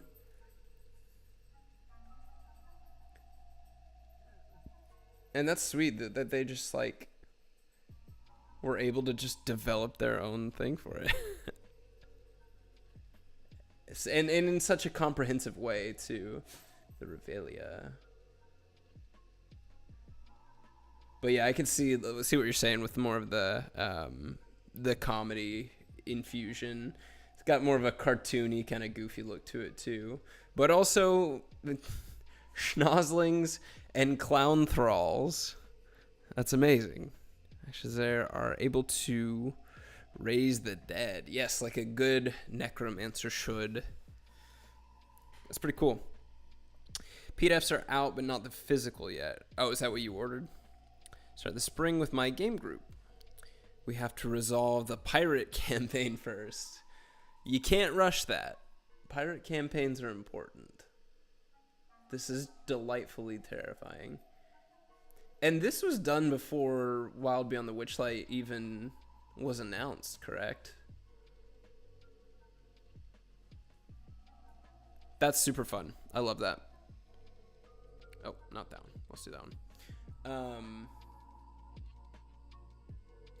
Yeah, pirate campaign. That sounds like a lot of fun too. I was kind of in between doing some sort of pirate campaign and... Oh, this is super delayed now. Okay, never mind. We're back. I was between starting a pirate campaign and starting Rime of the Frost Maiden. And after a little bit of deliberation, I was like, yeah, I just want to do Rime of the Frost Maiden. What are you doing, bud? Ollie. Come on, come up here. Come up here. You good. Come here. Up here. What's this? Ah. My dog is being a little turd. Come here. Get it. Go get it. I'm trying to get him so I can show him off. Logan, I don't know if you've told me. Have you ever played D&D?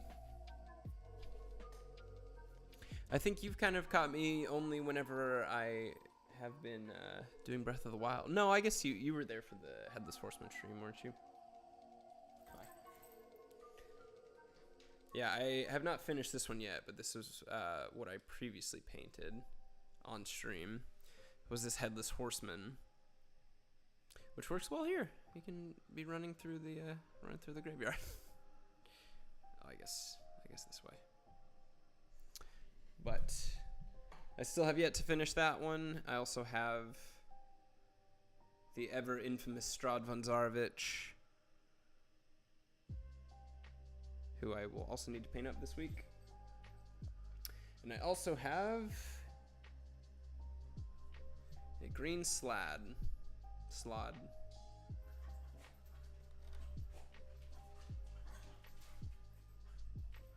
Ollie is on one right now.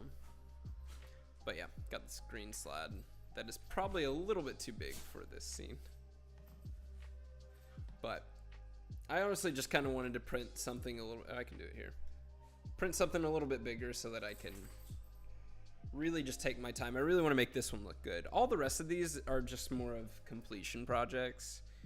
But this one I really want to take some time and make it look good. So even if I don't finish it this week, which I hope to, then I'll go back to it. Yes, Headless, and I play table D&D. Awesome. Are you playing currently with a group? I know a lot of us can go far longer than we would hope between sessions, but oh, I forgot to mention, I have been in talks with a few people at the public library here in Kansas City, and they have mentioned that they have some semi-sporadic playgroups but they're trying to kind of revamp and start running more D&D games at the library itself. And so I mentioned to them that I'm going to have a bunch of these miniatures left over after October, after I finish Monster Mash. And they said they'd love to have them. So I'm super excited that that's kind of the motivation behind finishing all this stuff, Ollie. Behind finishing all this stuff and doing a decent job at it, because I know that some kids here in KC will get to play with them. So that's exciting. I've kind of been gabbing a lot, just kind of dreading the next steps. But no, you are not currently playing. Gotcha.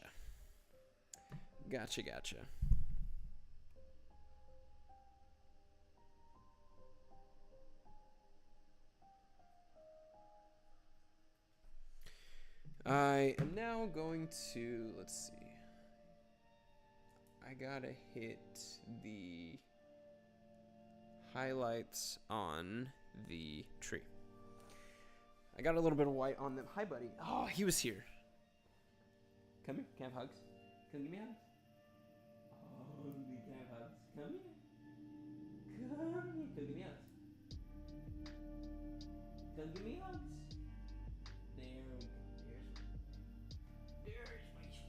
Let's show you off to the world. Look at the people. Say hi. Say hi, people. This is Ollie. He's a little turd. Yeah. Oh, his shirt's getting, or his paw's getting stuck in my shirt, and he might have just dipped his face into my paint. Hang on, look at me. A little bit. Oh no, Ollie, your beard's green. Buddy. Well, this was a good idea. I regret nothing.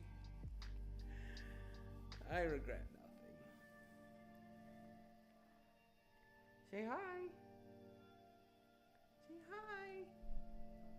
He's super washed out. He just wants a little bit of attention. I have a question. How does playing someone's favorite song free them from Vecna? Now, are we talking from the point of view of Stranger Things or from the point of view of D&D? Because that's an important distinction to make. Because the answers will be very different depending on what you want to know. In Stranger Things, as far as I can understand, is that it triggers something within your brain to hear the song. Ollie's just pressing his head right into the mic. Hearing your favorite song triggers something in your brain. Okay, yeah. That frees you from the hold that he has on your mind. Because Stranger Things is all about, brain stuff and mind control and all that. +3 bonus on will saves. Will buyers. But yeah, I think it just triggers something psychologically to hear your favorite song. I don't know. They lightly explained it, but I feel like they're just kind of like, man, it's okay. This is just a cool thing. And this is also something that will get us trending on Twitter, is to have your Vecna song. And Spotify and all that. Okay, buddy. I'm going to put you back on the bed. You gonna say bye to all the people? Say bye all the people.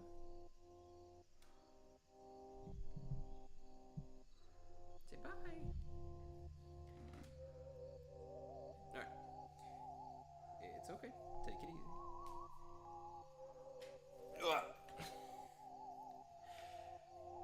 Okay, here we go. We're gonna go leather brown with a little bit of white. And that is going to be our lighter color. Actually, no, bone white.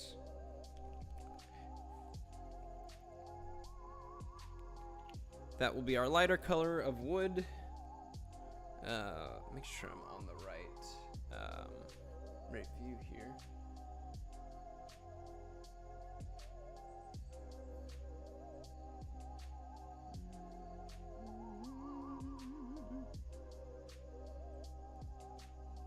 What did y'all think of this season of Stranger Things?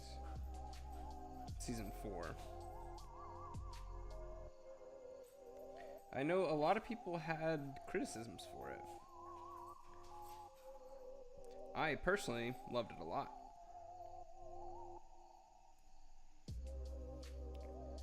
But I'm a lover. So it's no surprise that I would like it. I'm totally kidding on that, by the way. Okay. You did like it? Cool.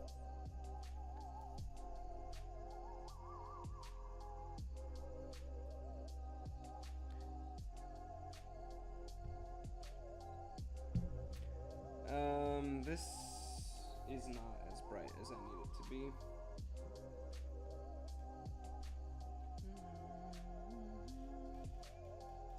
I probably should have leaned closer to the bone white than the brown.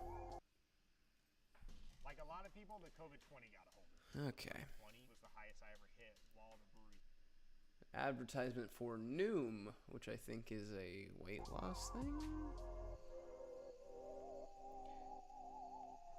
Yeah, a lot more people disliked it than I was expecting. I was excited because of Vecna. Big time. If you listen to a different song, you say this is your favorite song. Which is your favorite? That's a good question. That's a good question. It's important to know. If you're gonna be prepared for Vecna, you gotta know all the different ways to beat him.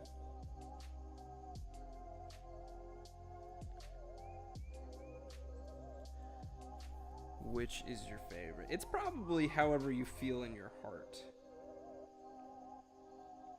Because I feel like just lying about it isn't going to be useful, you know?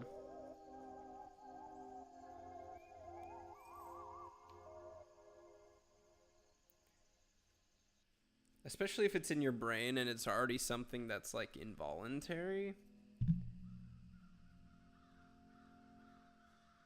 And especially knowing that Vecna is like the secrets guy.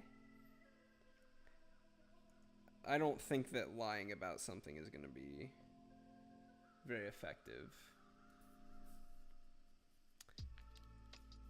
You can always find to nitpick if inclined. It was my favorite season so far. Thank you. Yeah, I agree with that. Yeah, a lot of people just, nitpicking kind of silly stuff. It's like, whatever. I just want to... I think it's an important thing to want to like things. And I think too few of people do that anymore. They go into something with the intention to enjoy it. And I used to do that too. But I think nowadays so many people are just like, you gotta convince me, you know? Rather than going into something being like, I'm gonna look for the good in it. And that's not to say that you can't dislike a thing. Because that's also very valid. But like I said, I just think too many people walk into it already with the preconceived notion that like, yeah, I'm gonna find what's wrong with this. Rather than going into it the other way around. Saying, I'm gonna look for all the things that I can love about this and be excited about. And then, you know, hope that those things offset the things that, you know, are annoying or upsetting or goofy or whatever.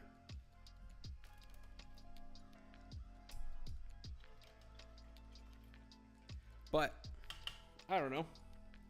That's just me. I'll do a little bit of light dry brushing while I have this brighter brown on the brush as well.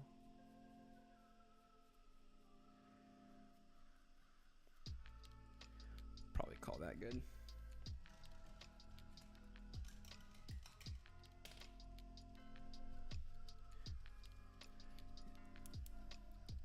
Yeah, I ran the there's like the official.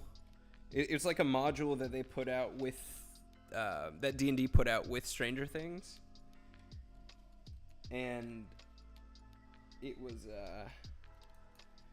like all about this story that like Will wrote. Got your little goblins off the bed. Nice to meet you as well. Feel free to pop back in anytime. If you want to subscribe and hit the notifications, all the the obligatory things that I have to push on to people. But for real, if you do want to come back, it was great having conversation with you as well. So we'd love to have you at any further stream. And I hope that getting your goblins down is easy. Hope your animal handling check is high on that one, I guess. But yeah, I ran the official D&D like Stranger Things adventure, the quest for the Headless Hydra. It was pretty fun. It's a really good like starter adventure for people that have never done it before, like never played D&D at all. But again, it was the same story. Like I went and did some research on just like in general, because I hadn't DM'd before I ran that, and I ran it just for some family, so the stakes were pretty low because they had never played before. And so I was just looking stuff up, seeing if there were recommendations on like maybe how to tweak it or whatever. And there were so many people that were like, this is just the absolute worst thing that I've ever played. This is just an embarrassment. This is just a cash grab, whatever. And I was like, oh no, this thing must suck. But, I'm already this far into it. I can't just like give up now.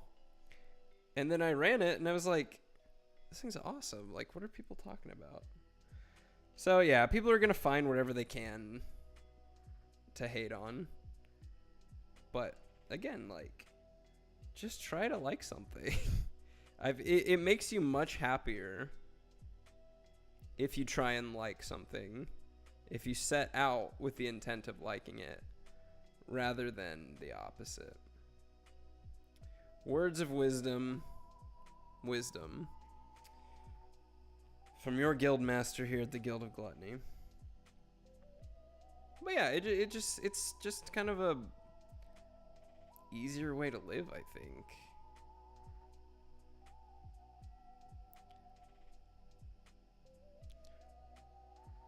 Plus, like, what I know a lot of people do is that they spend their time talking about something,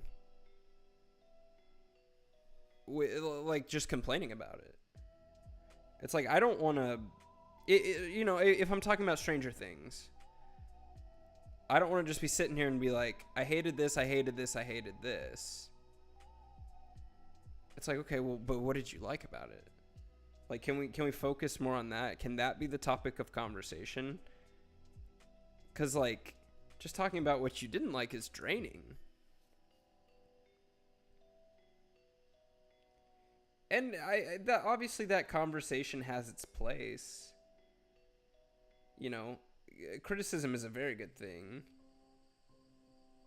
But, like I said, if you're just setting out to only hate on a thing, then that, I think that criticism is invalid. Because it's like, you didn't even want to give this thing a shot. So, it's almost just like a bad faith argument there. Anyways, that's my soapbox. I like to like things, and so should you.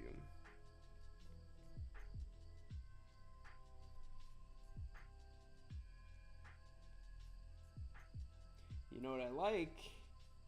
Is this diorama so far.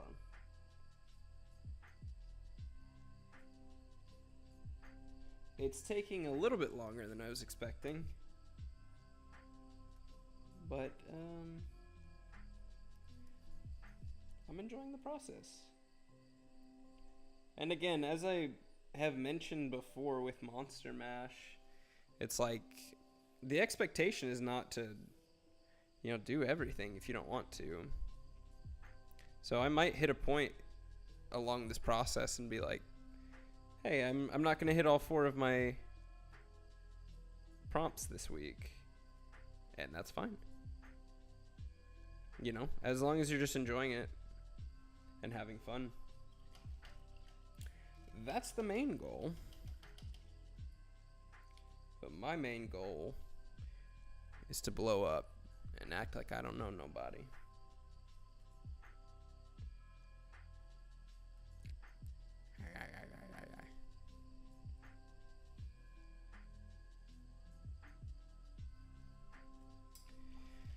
Okay.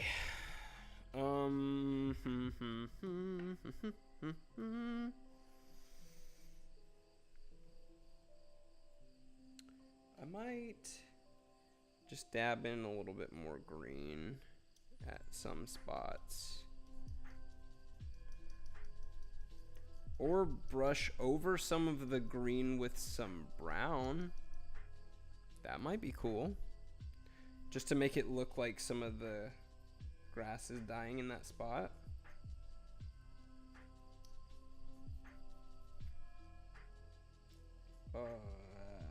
This could be bad. This could be dumb.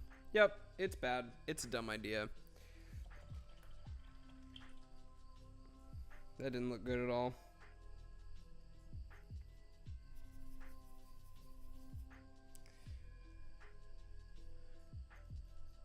Alright, and just like that, it's covered up.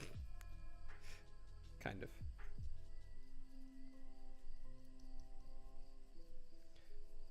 Yikes. Jinkies, as they say.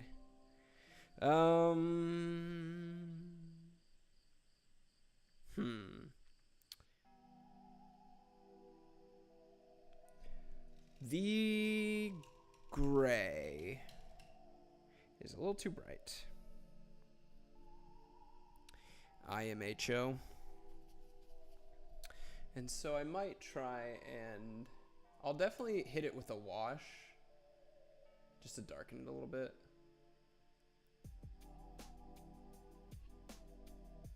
Let's see. The multi-streaming to Twitch is not working, like at all. Nobody has watched so far. Which is fine, I don't care that much, but I think the general hope was that somebody would watch. My opinion, 1 to 10, it's 100. It takes me a couple tries to do that, and you did it first. That's so nice. Thank you so much. Logan, you're my biggest cheerleader. I really appreciate all your support, especially in these streams. It's taken a good amount of practice to get to this point. And honestly, my goal is to share what I've learned with other people. At least to some extent. While also acknowledging that I still kind of have no idea what I'm talking about. So.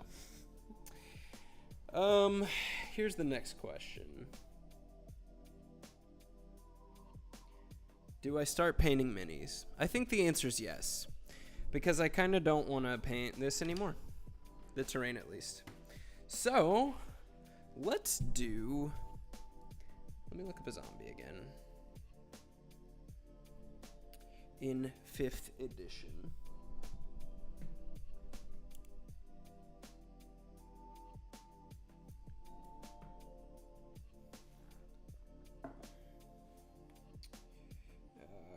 Give me just a second. Gotta text the missus.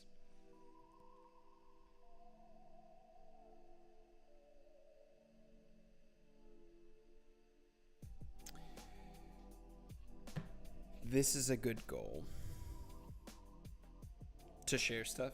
Is that what you mean? Share my knowledge? Knowledge. Yeah, I mean, I just know how much I have benefited from watching other people and seeing their expertise at work.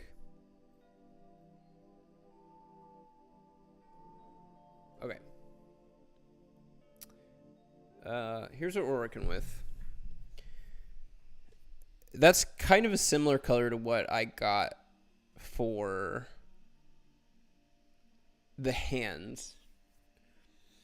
So what I might do is use that like darkish color that looks similar to like this.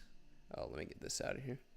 It looks similar to this, kind of this color, and then build up kind of lighter as I go into maybe like that bone white kind of brownish color. I think that's the idea. Knowledge is power. That's right. That is absolutely correct. I'm with you on that. So yeah, let me do a Zambi.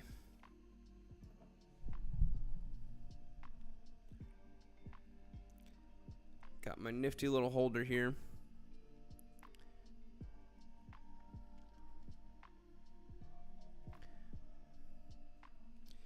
And yeah, I'm gonna hit it with this kind of reddish brownish color. If it's still kind of wet.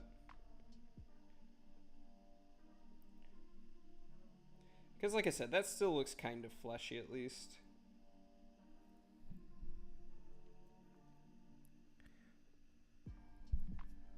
Probably hard to see with that camera far away. Let me adjust. I'll get this out of here.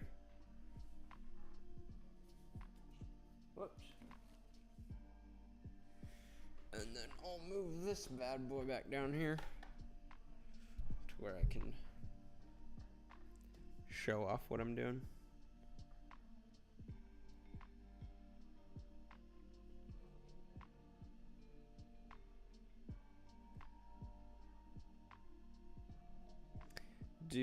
Let's see. All right, I need a suggestion, Logan. What color are we going with on the shirt? What do you think? I'll paint it whatever color you think would look good.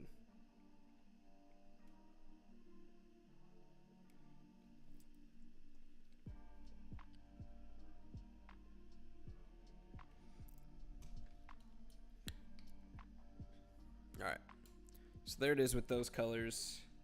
And then, like I said, I'll probably highlight with this like bone whitish color. Around a dark brown. You got it, my friend.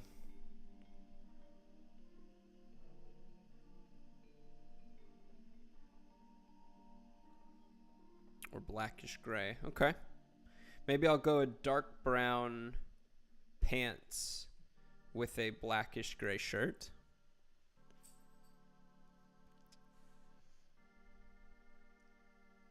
Would that make sense?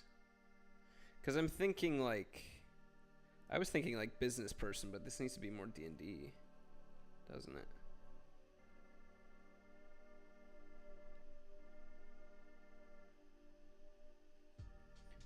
And I might need more like a reddish hue. You like that idea? Okay. All right. As long as I have your approval. You're the boss. Whoops.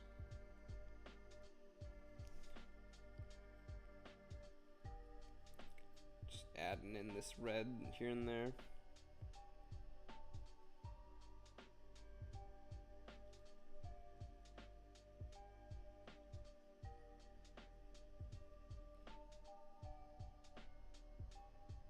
On the face, where are we at here? All right. I also might just kind of bend this up a little bit.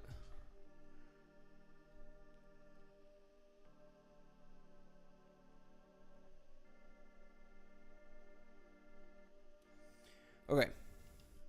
Then what did I say? Blackish gray shirt, dark brown pants.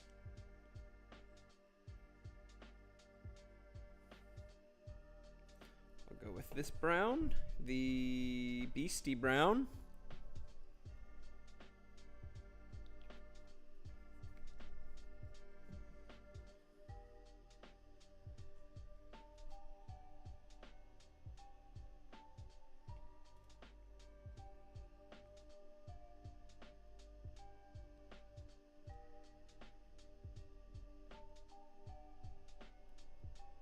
Oh, I didn't realize his leg was exposed. I might splash in some green-ish mixed in with this brown as well. Technically, you're the boss since you're doing it, not I. I don't know, man. I do stuff that my boss tells me to do all the time. Red shoes. I like that idea. He's not wearing shoes, though. But that is a cool idea. It's hard to tell. Yeah, it's a small mini. But, yeah, no shoes on this guy.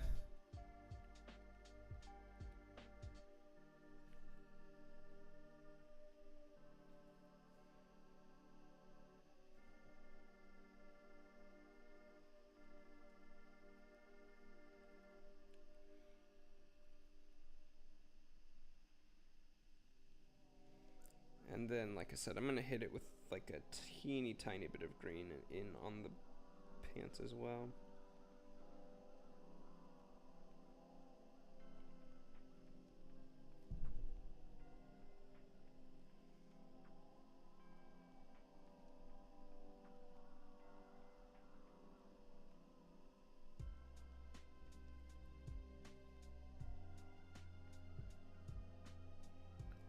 Is this showing up? Okay. Just trying to make sure I'm not panning off camera again. 'Cause I do that.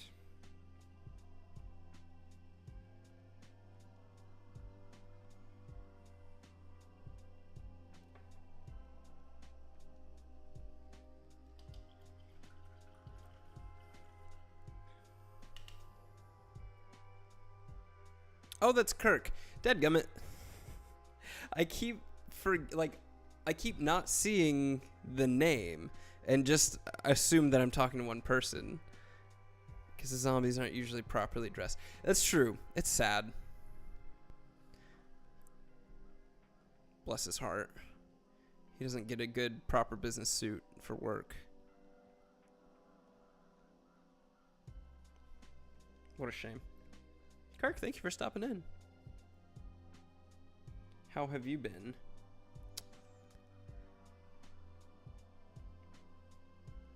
Also, is this both of y'all or is it just you this evening?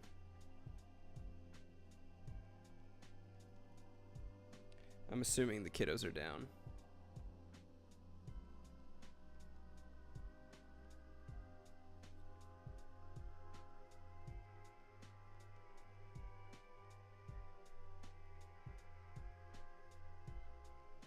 Yeah, I gotta pay more attention to the names when they pop up.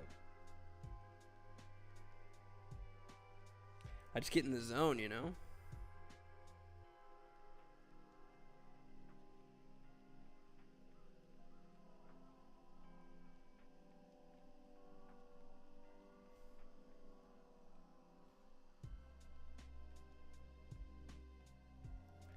Kids are asleep mostly.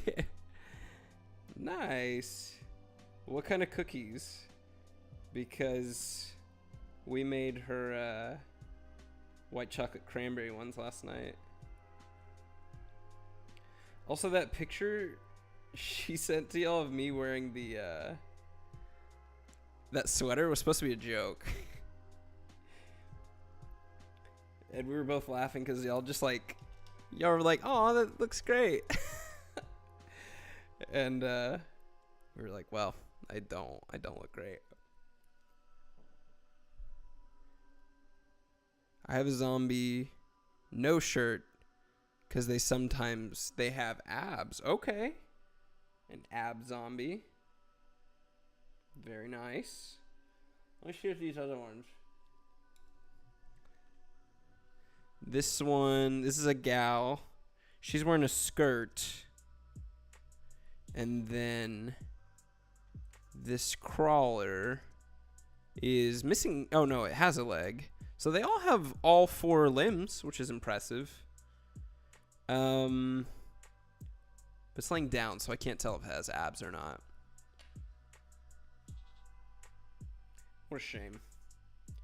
I need to know if my zombie has abs. That is top priority.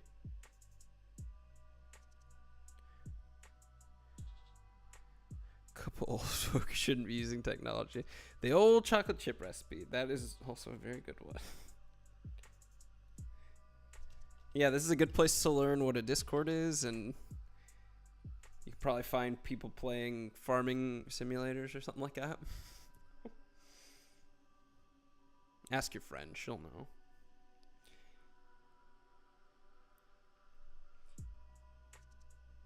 Doggone it.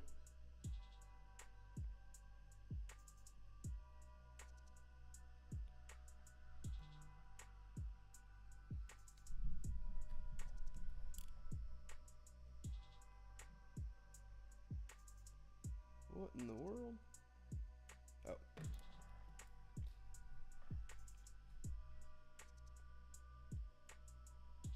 So yeah, just doing a little bit of highlights on the feet now with that fleshy color.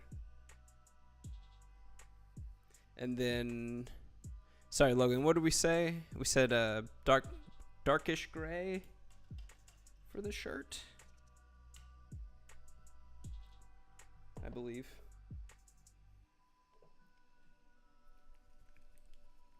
You got a lot of homework tonight, Kirk?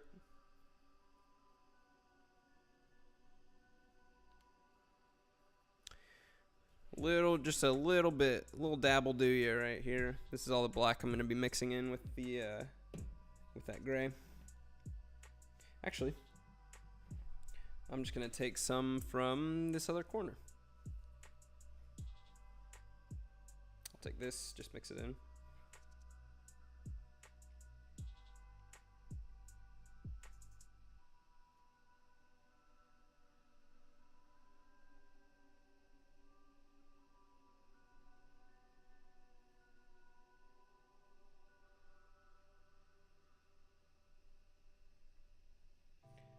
Alright, and I might go on real thin with this, especially since it's not really adding a color.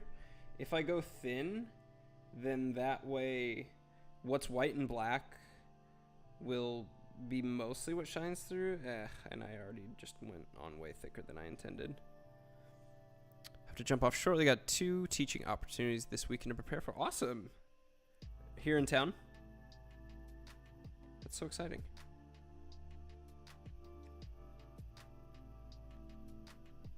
Well, yeah, I definitely appreciate you stopping in for when you did.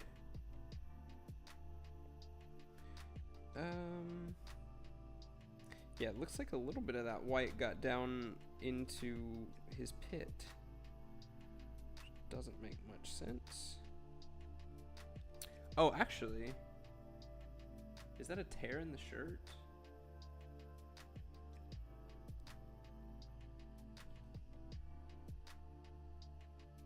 Oh, and then this is, oh, that's cool. I missed this. See, that's the importance of studying your model before you paint it. This is actually a rip between the cuff here, which I can paint, and then the sleeve here.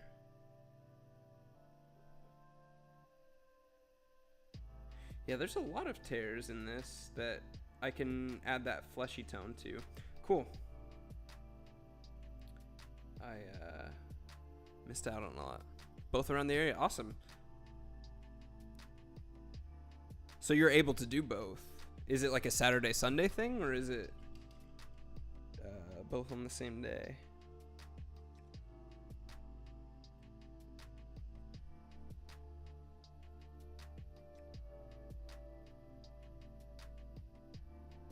Again, the guy that does these is just brilliant. Who makes these models, I mean. Because what he does, he'll try and make the models pretty true to what you'll find in the monster manual.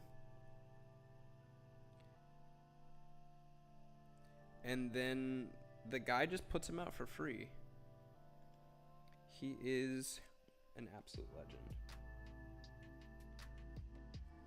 And again, his name is MZ4250. His real name is Miguel Zavala, so that's where the MZ comes from. And the 4250, I don't know where it comes from. Saturday morning in town, Sunday morning East Metro area. Awesome. Well, congratulations. Can't wait to hear how that goes.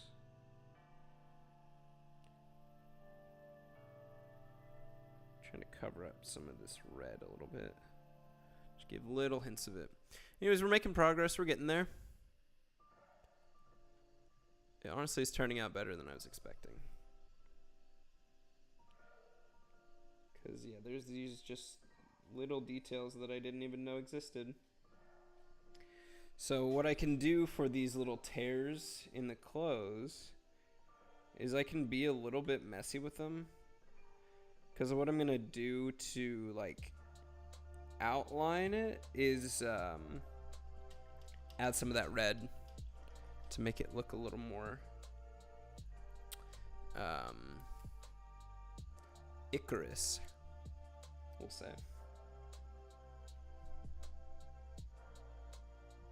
So just adding which I guess it shouldn't even really be red, should it? If it was dried on.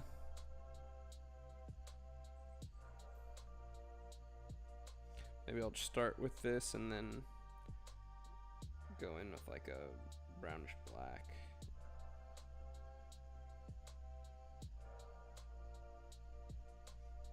Is that right? What does it look like on the picture? I don't know, it's all over the place.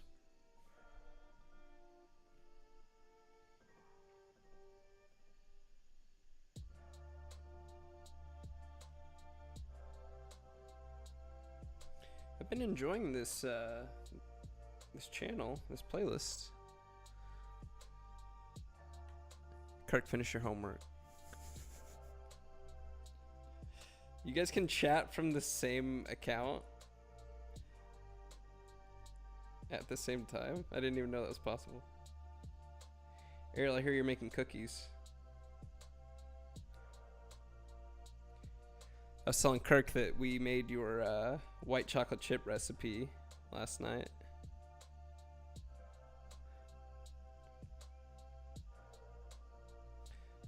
Also, unless he's just listening to it, he can see your chat on screen. I was telling him I can teach you what a Discord is, and actually I can. I'm kind of serious about that.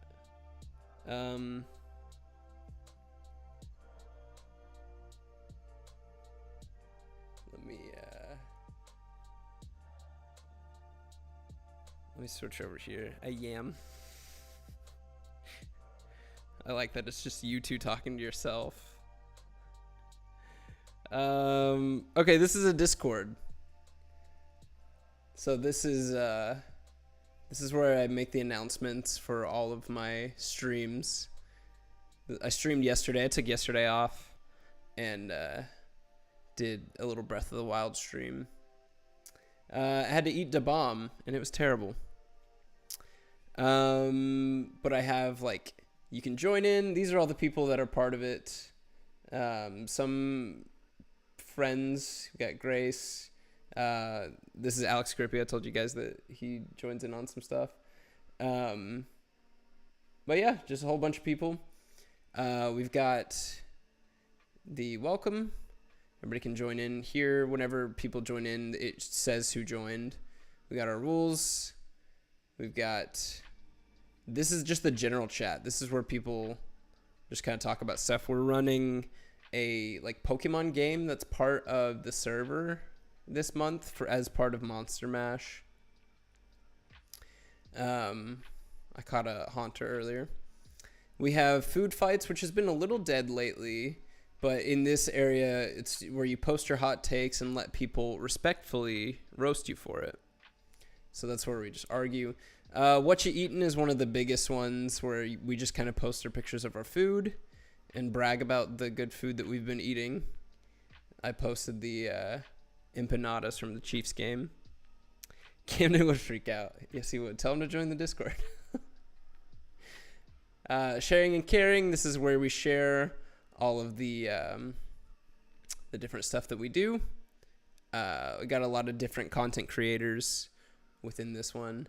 And then I have these other channels that are kind of dead, but I have, in general, I have people separated out into different nations, which is what all the different colors are, which essentially is like a Hogwarts sorting out of things, so that if we ever do games in the future, then everybody kind of has like a pre-made team. We have the voice channels here where you can talk to people, just actually talk to people. And then the stream room, which is where if I'm ever streaming and people want to hop on and play a game with me, we can talk together in there. So that's my server for Guild of Gluttony. And then there's all these other servers here that you can join. So the Cult of Wagons, this is the one where we play that on Wednesday nights. So like the one that Trey runs, we use the Cult of Wagons because that's the name of our adventure party. Because we're taking on the Cult of Dragons, and we called ourselves the Cult of Wagons. Then there's like the D&D official. There's level 1, the place right down the street, which there's like, you've got their general chat. General chat's like a mainstay in pretty much any server. They talk about Magic the Gathering, Pokemon trading card games, Digimon, just all kinds of stuff. So it's really just kind of niche breakdowns of all the different things. This one's like a YouTuber that he does similar stuff to mine. But it's just kind of a support for the other stuff that he does, and it creates a community where you can kind of get your content right out to him. So, anywho, that's Discord. So now you can tell your friend you know exactly what she does.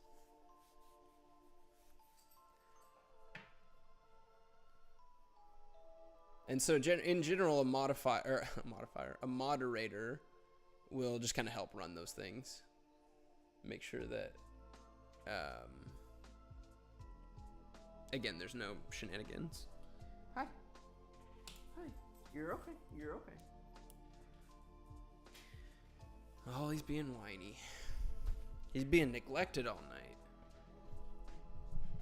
Poor guy. Okay. Back to it. This is probably close to done. I might do like a wash on it later.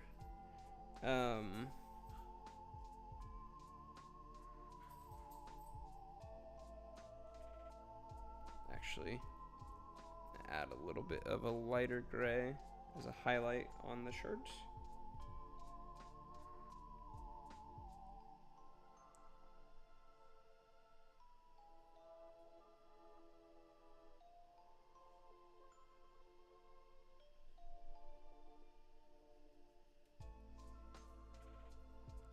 Thank you for stopping in. I appreciate that. Hope the cookies turn out amazing. I have no doubt they will. But yeah, thanks for stopping in.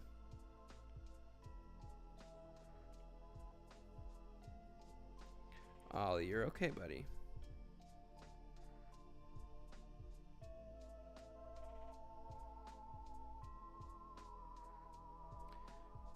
So yeah, shirt's kind of looking disheveled and hopefully somewhat wrinkled.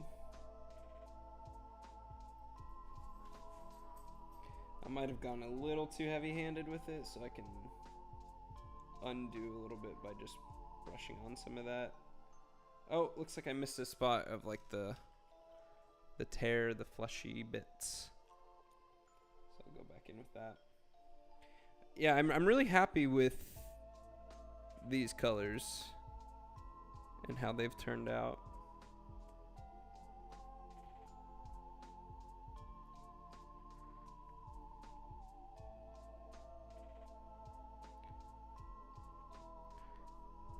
And I'm glad I didn't just go with like a green zombie. I feel like I like this better.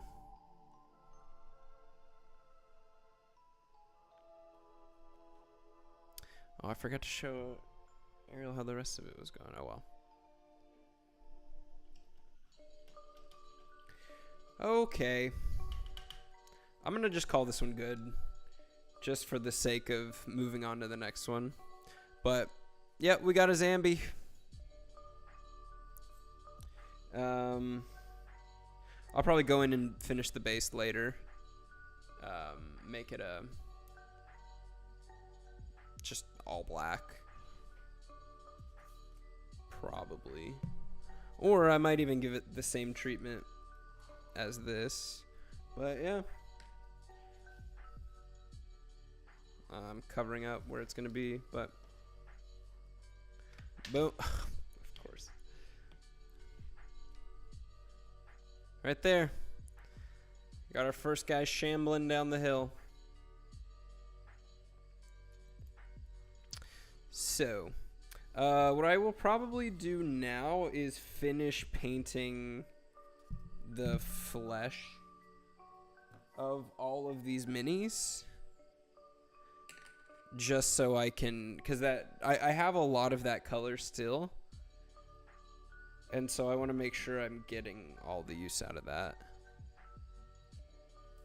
What's wrong?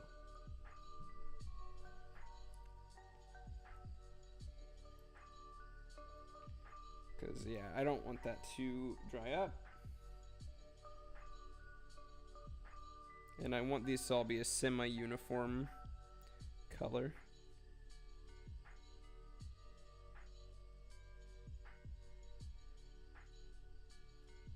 So I'll hit all those real quick. As I kind of figure out what I'll do on the rest of these. Because again, I didn't really study the models all that well. So there's little hidden secrets that I have kind of missed.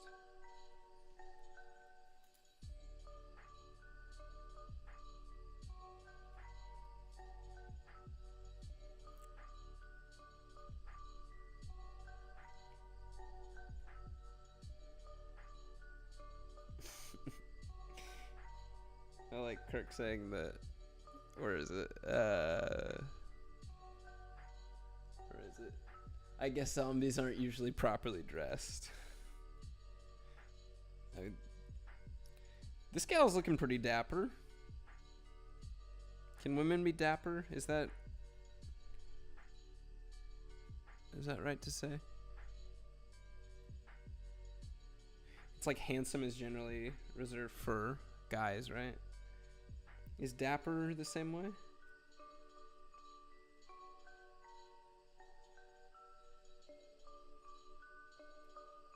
She's looking lovely. How's that? She's got a dress on. Or a skirt. I don't know.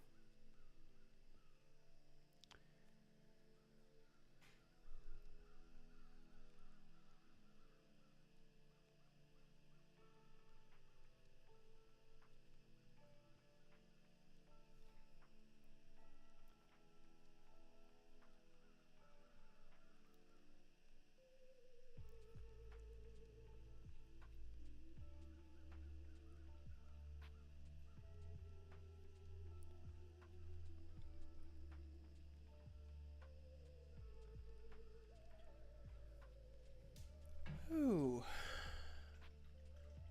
9:38. All right. I'll be honest. I think these painting streams are the ones that go the fastest for me.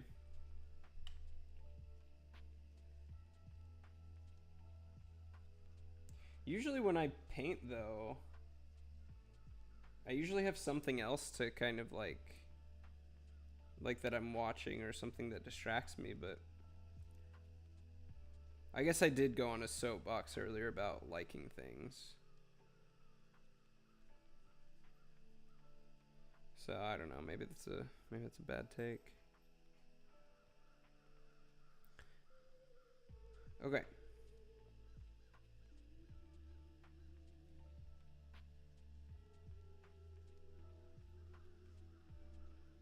I think that's all the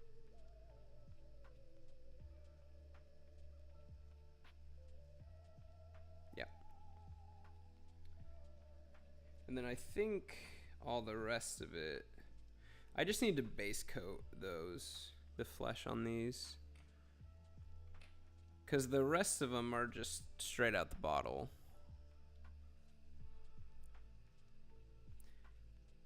And then I need to figure out the zombie beholder color as well.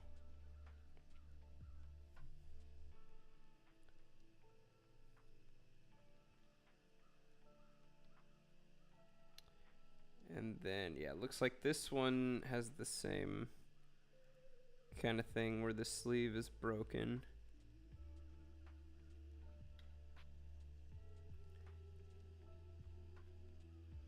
Yeah, I like these models.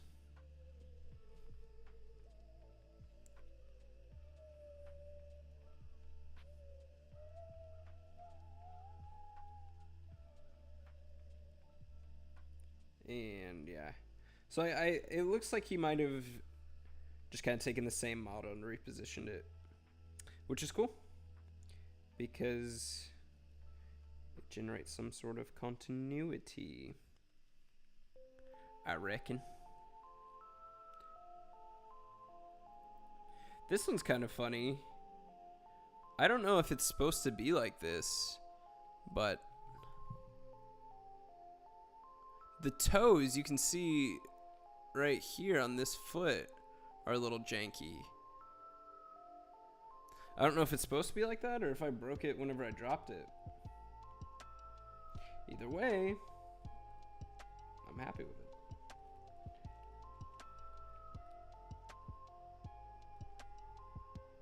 it. Again, happy little accidents.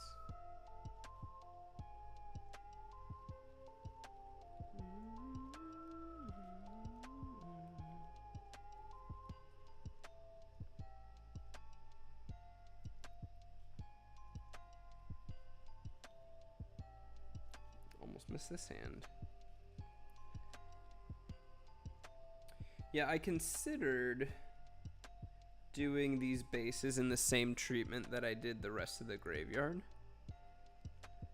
just so it would kind of look like it's all one piece, but I'm not sure yet. Again, this is already such an undertaking to do all the stuff that's involved in this, and then to, you know, just continue on and do other things that I'm wanting to do as part of Monster Mash. But it could be fun and it could look cool.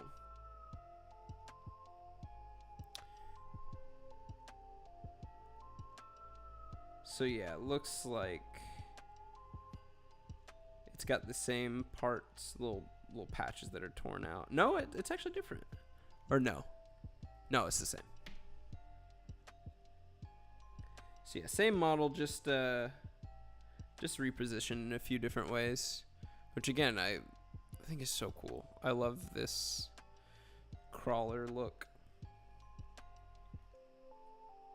But yeah, there's a reason why these two are not going to be standing right next to each other in the end result.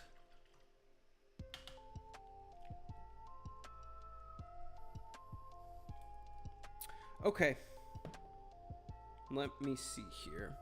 I'm going to take a look. It's in a book, A Reading Rainbow. I'm going to look at a zombie beholder. Zombie beholder. So this is generally what we get,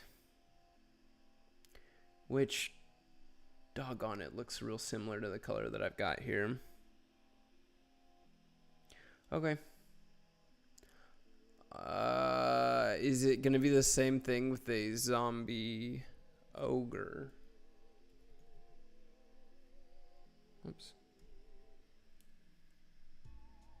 Okay, no, that's more of a bluish. Okay, so I can go different on that one. back to this. Okay. All right. I will then go ahead and base coat the beholder as well in this same color, but then end up going a lot more reds and purples and whatnot. I don't even know if this will stay on here.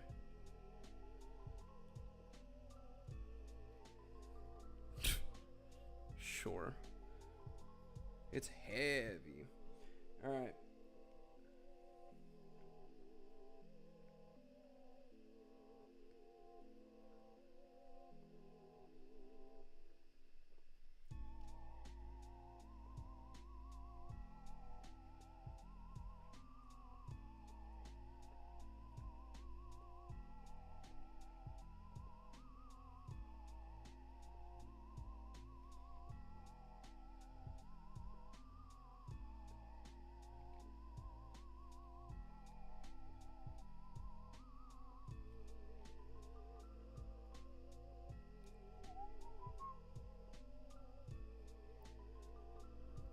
And then it's got like a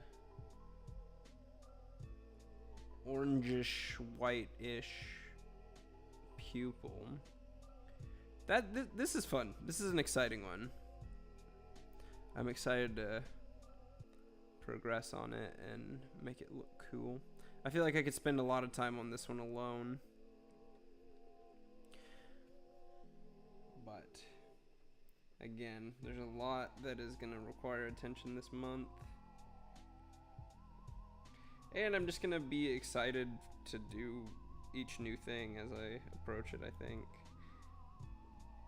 When I printed all this stuff off, I was like, yeah, I can't wait to do that. And then I printed off the Asmodeus model. And he's been staring at me for the last couple weeks as well. Really excited to knock that one out. That's a big one too. I'll show it here in a minute.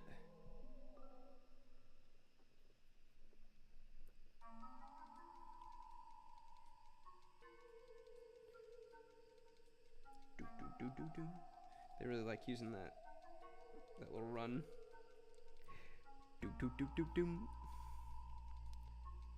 Sounds like Crimea River. You don't have to say what you did. I already know. I found out from him.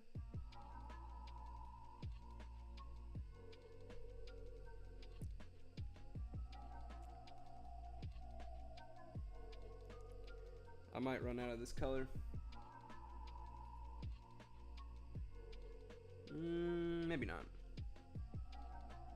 Maybe. Because I still gotta hit all of these eye stalks.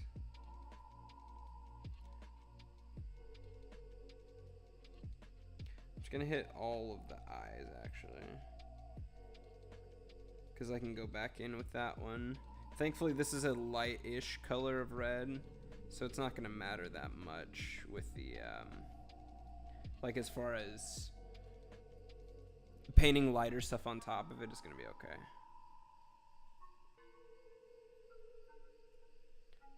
Again, just a huge benefit to painting the that Zenithal Highlight. So like the white up on top is really gonna help to make this a lot easier.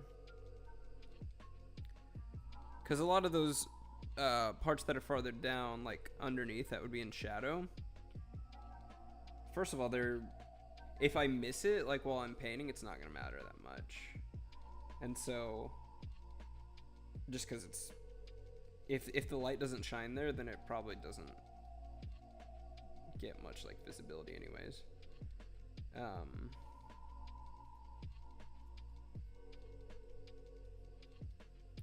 I was going somewhere with that and completely lost my train of thought. Oh well. Bum, bum, bum, bum, bum, bum, bum, bum. All right, getting there. Again, really fleshy and I feel like the like what's gonna make this over the top or push this over the top is gonna be using like a wash.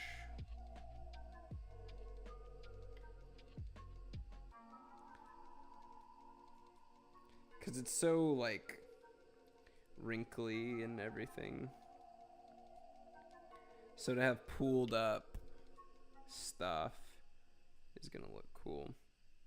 And it can even look like if you're using like a thick reddish color, like a thick dark red wash, then it can almost look like dried on like bloody like almost like a clot, which is gross to say, but it's a gross thing. So if we can make it look gross, then I think we're doing the job right.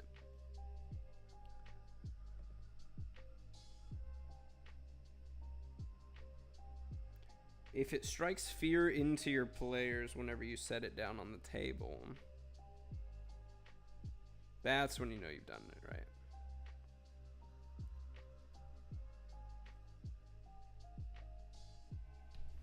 Ah, I got a little bit of that color onto the eyeball, which is unfortunate.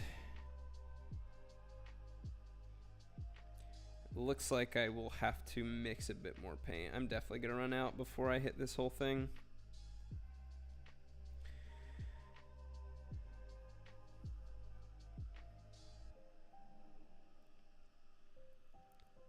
Man, it is hard hitting some of these. It's so stringy. Ugh.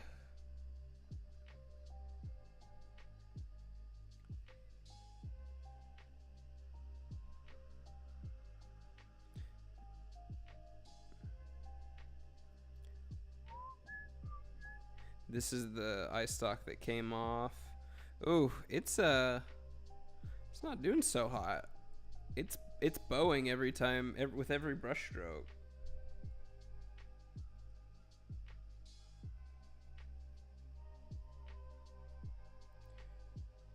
Gotta be careful with that.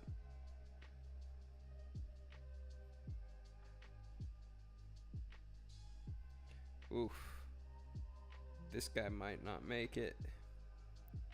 Which again, not too concerned about that, because if a beholder's missing an eye stalk, that's probably not good. But if a zombie beholder is missing an eye stalk, that's called flavor, baby. That's called a story.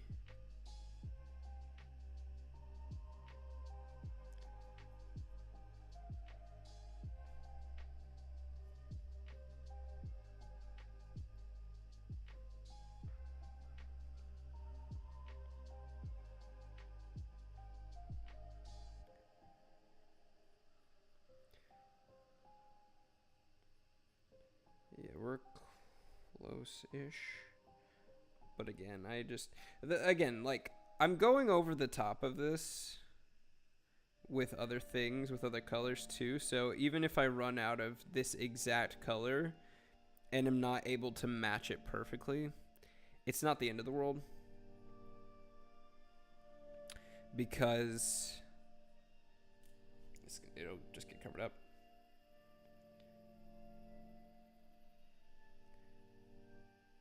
And like I said, I'm thinking like a reddish, purplish kind of accenting color. This is just the base coat.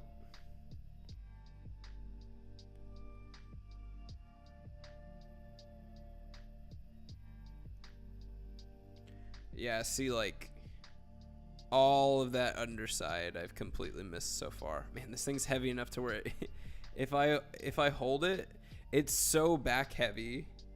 Watch this. It just moves on its own. It's alive.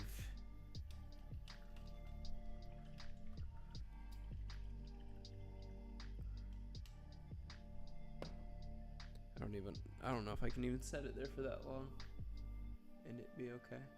Looks like I will.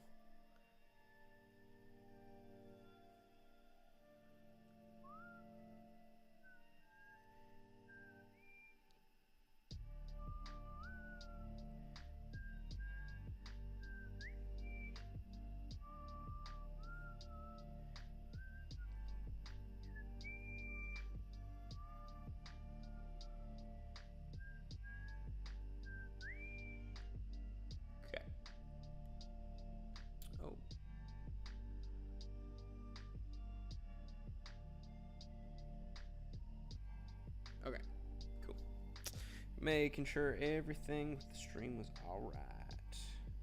Alright.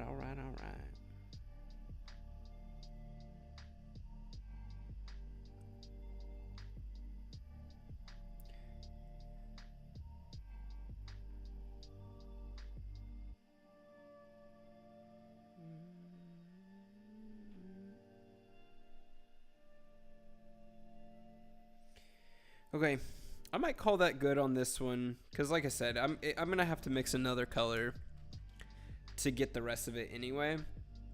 I'm happy that what I've gotten is the front of it, and then at least the top of most, if not all, or most of the eye stalks. So then I can do kind of a different treatment for the underside of them, with maybe like a more drastic, like purplish kind of color. So let's go over the progress from this evening.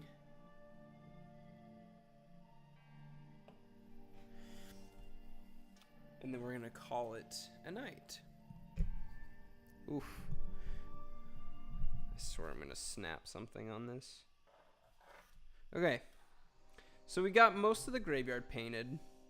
Again, probably going back in and making some more minor touches eventually. But then we got the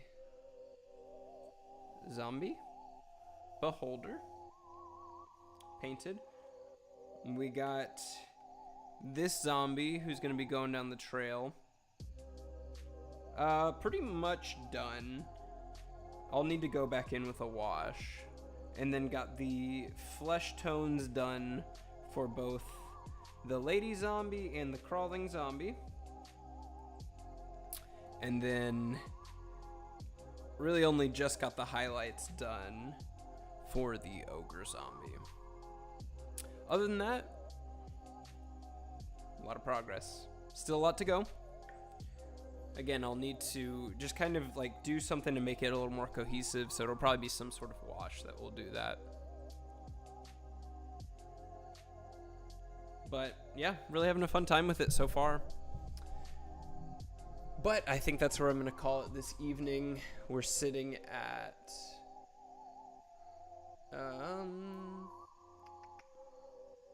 just almost 3 hours.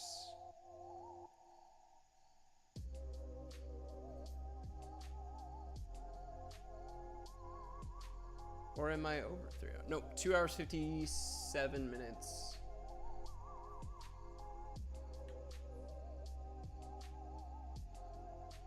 Yeah, I think that's just where I'm gonna call it. I want to hit 3, but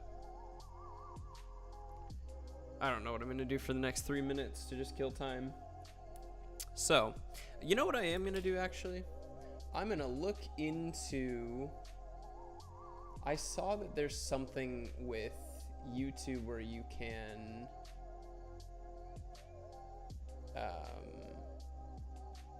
like kind of raid another stream.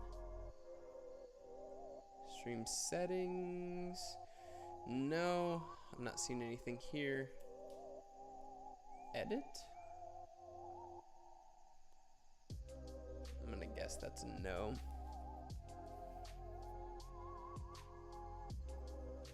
My ear hurts. Maybe not. Maybe it's not a thing. Unlist live replay. No, don't want that. Like stream health? Analytics. Edit doesn't do it. Okay. Well, I don't know what else to do. I'll figure it out in between, and then maybe there's some way I can raid people in the future. Other than that, thank you all for watching. I wish you all the best. Happy Monster Mash.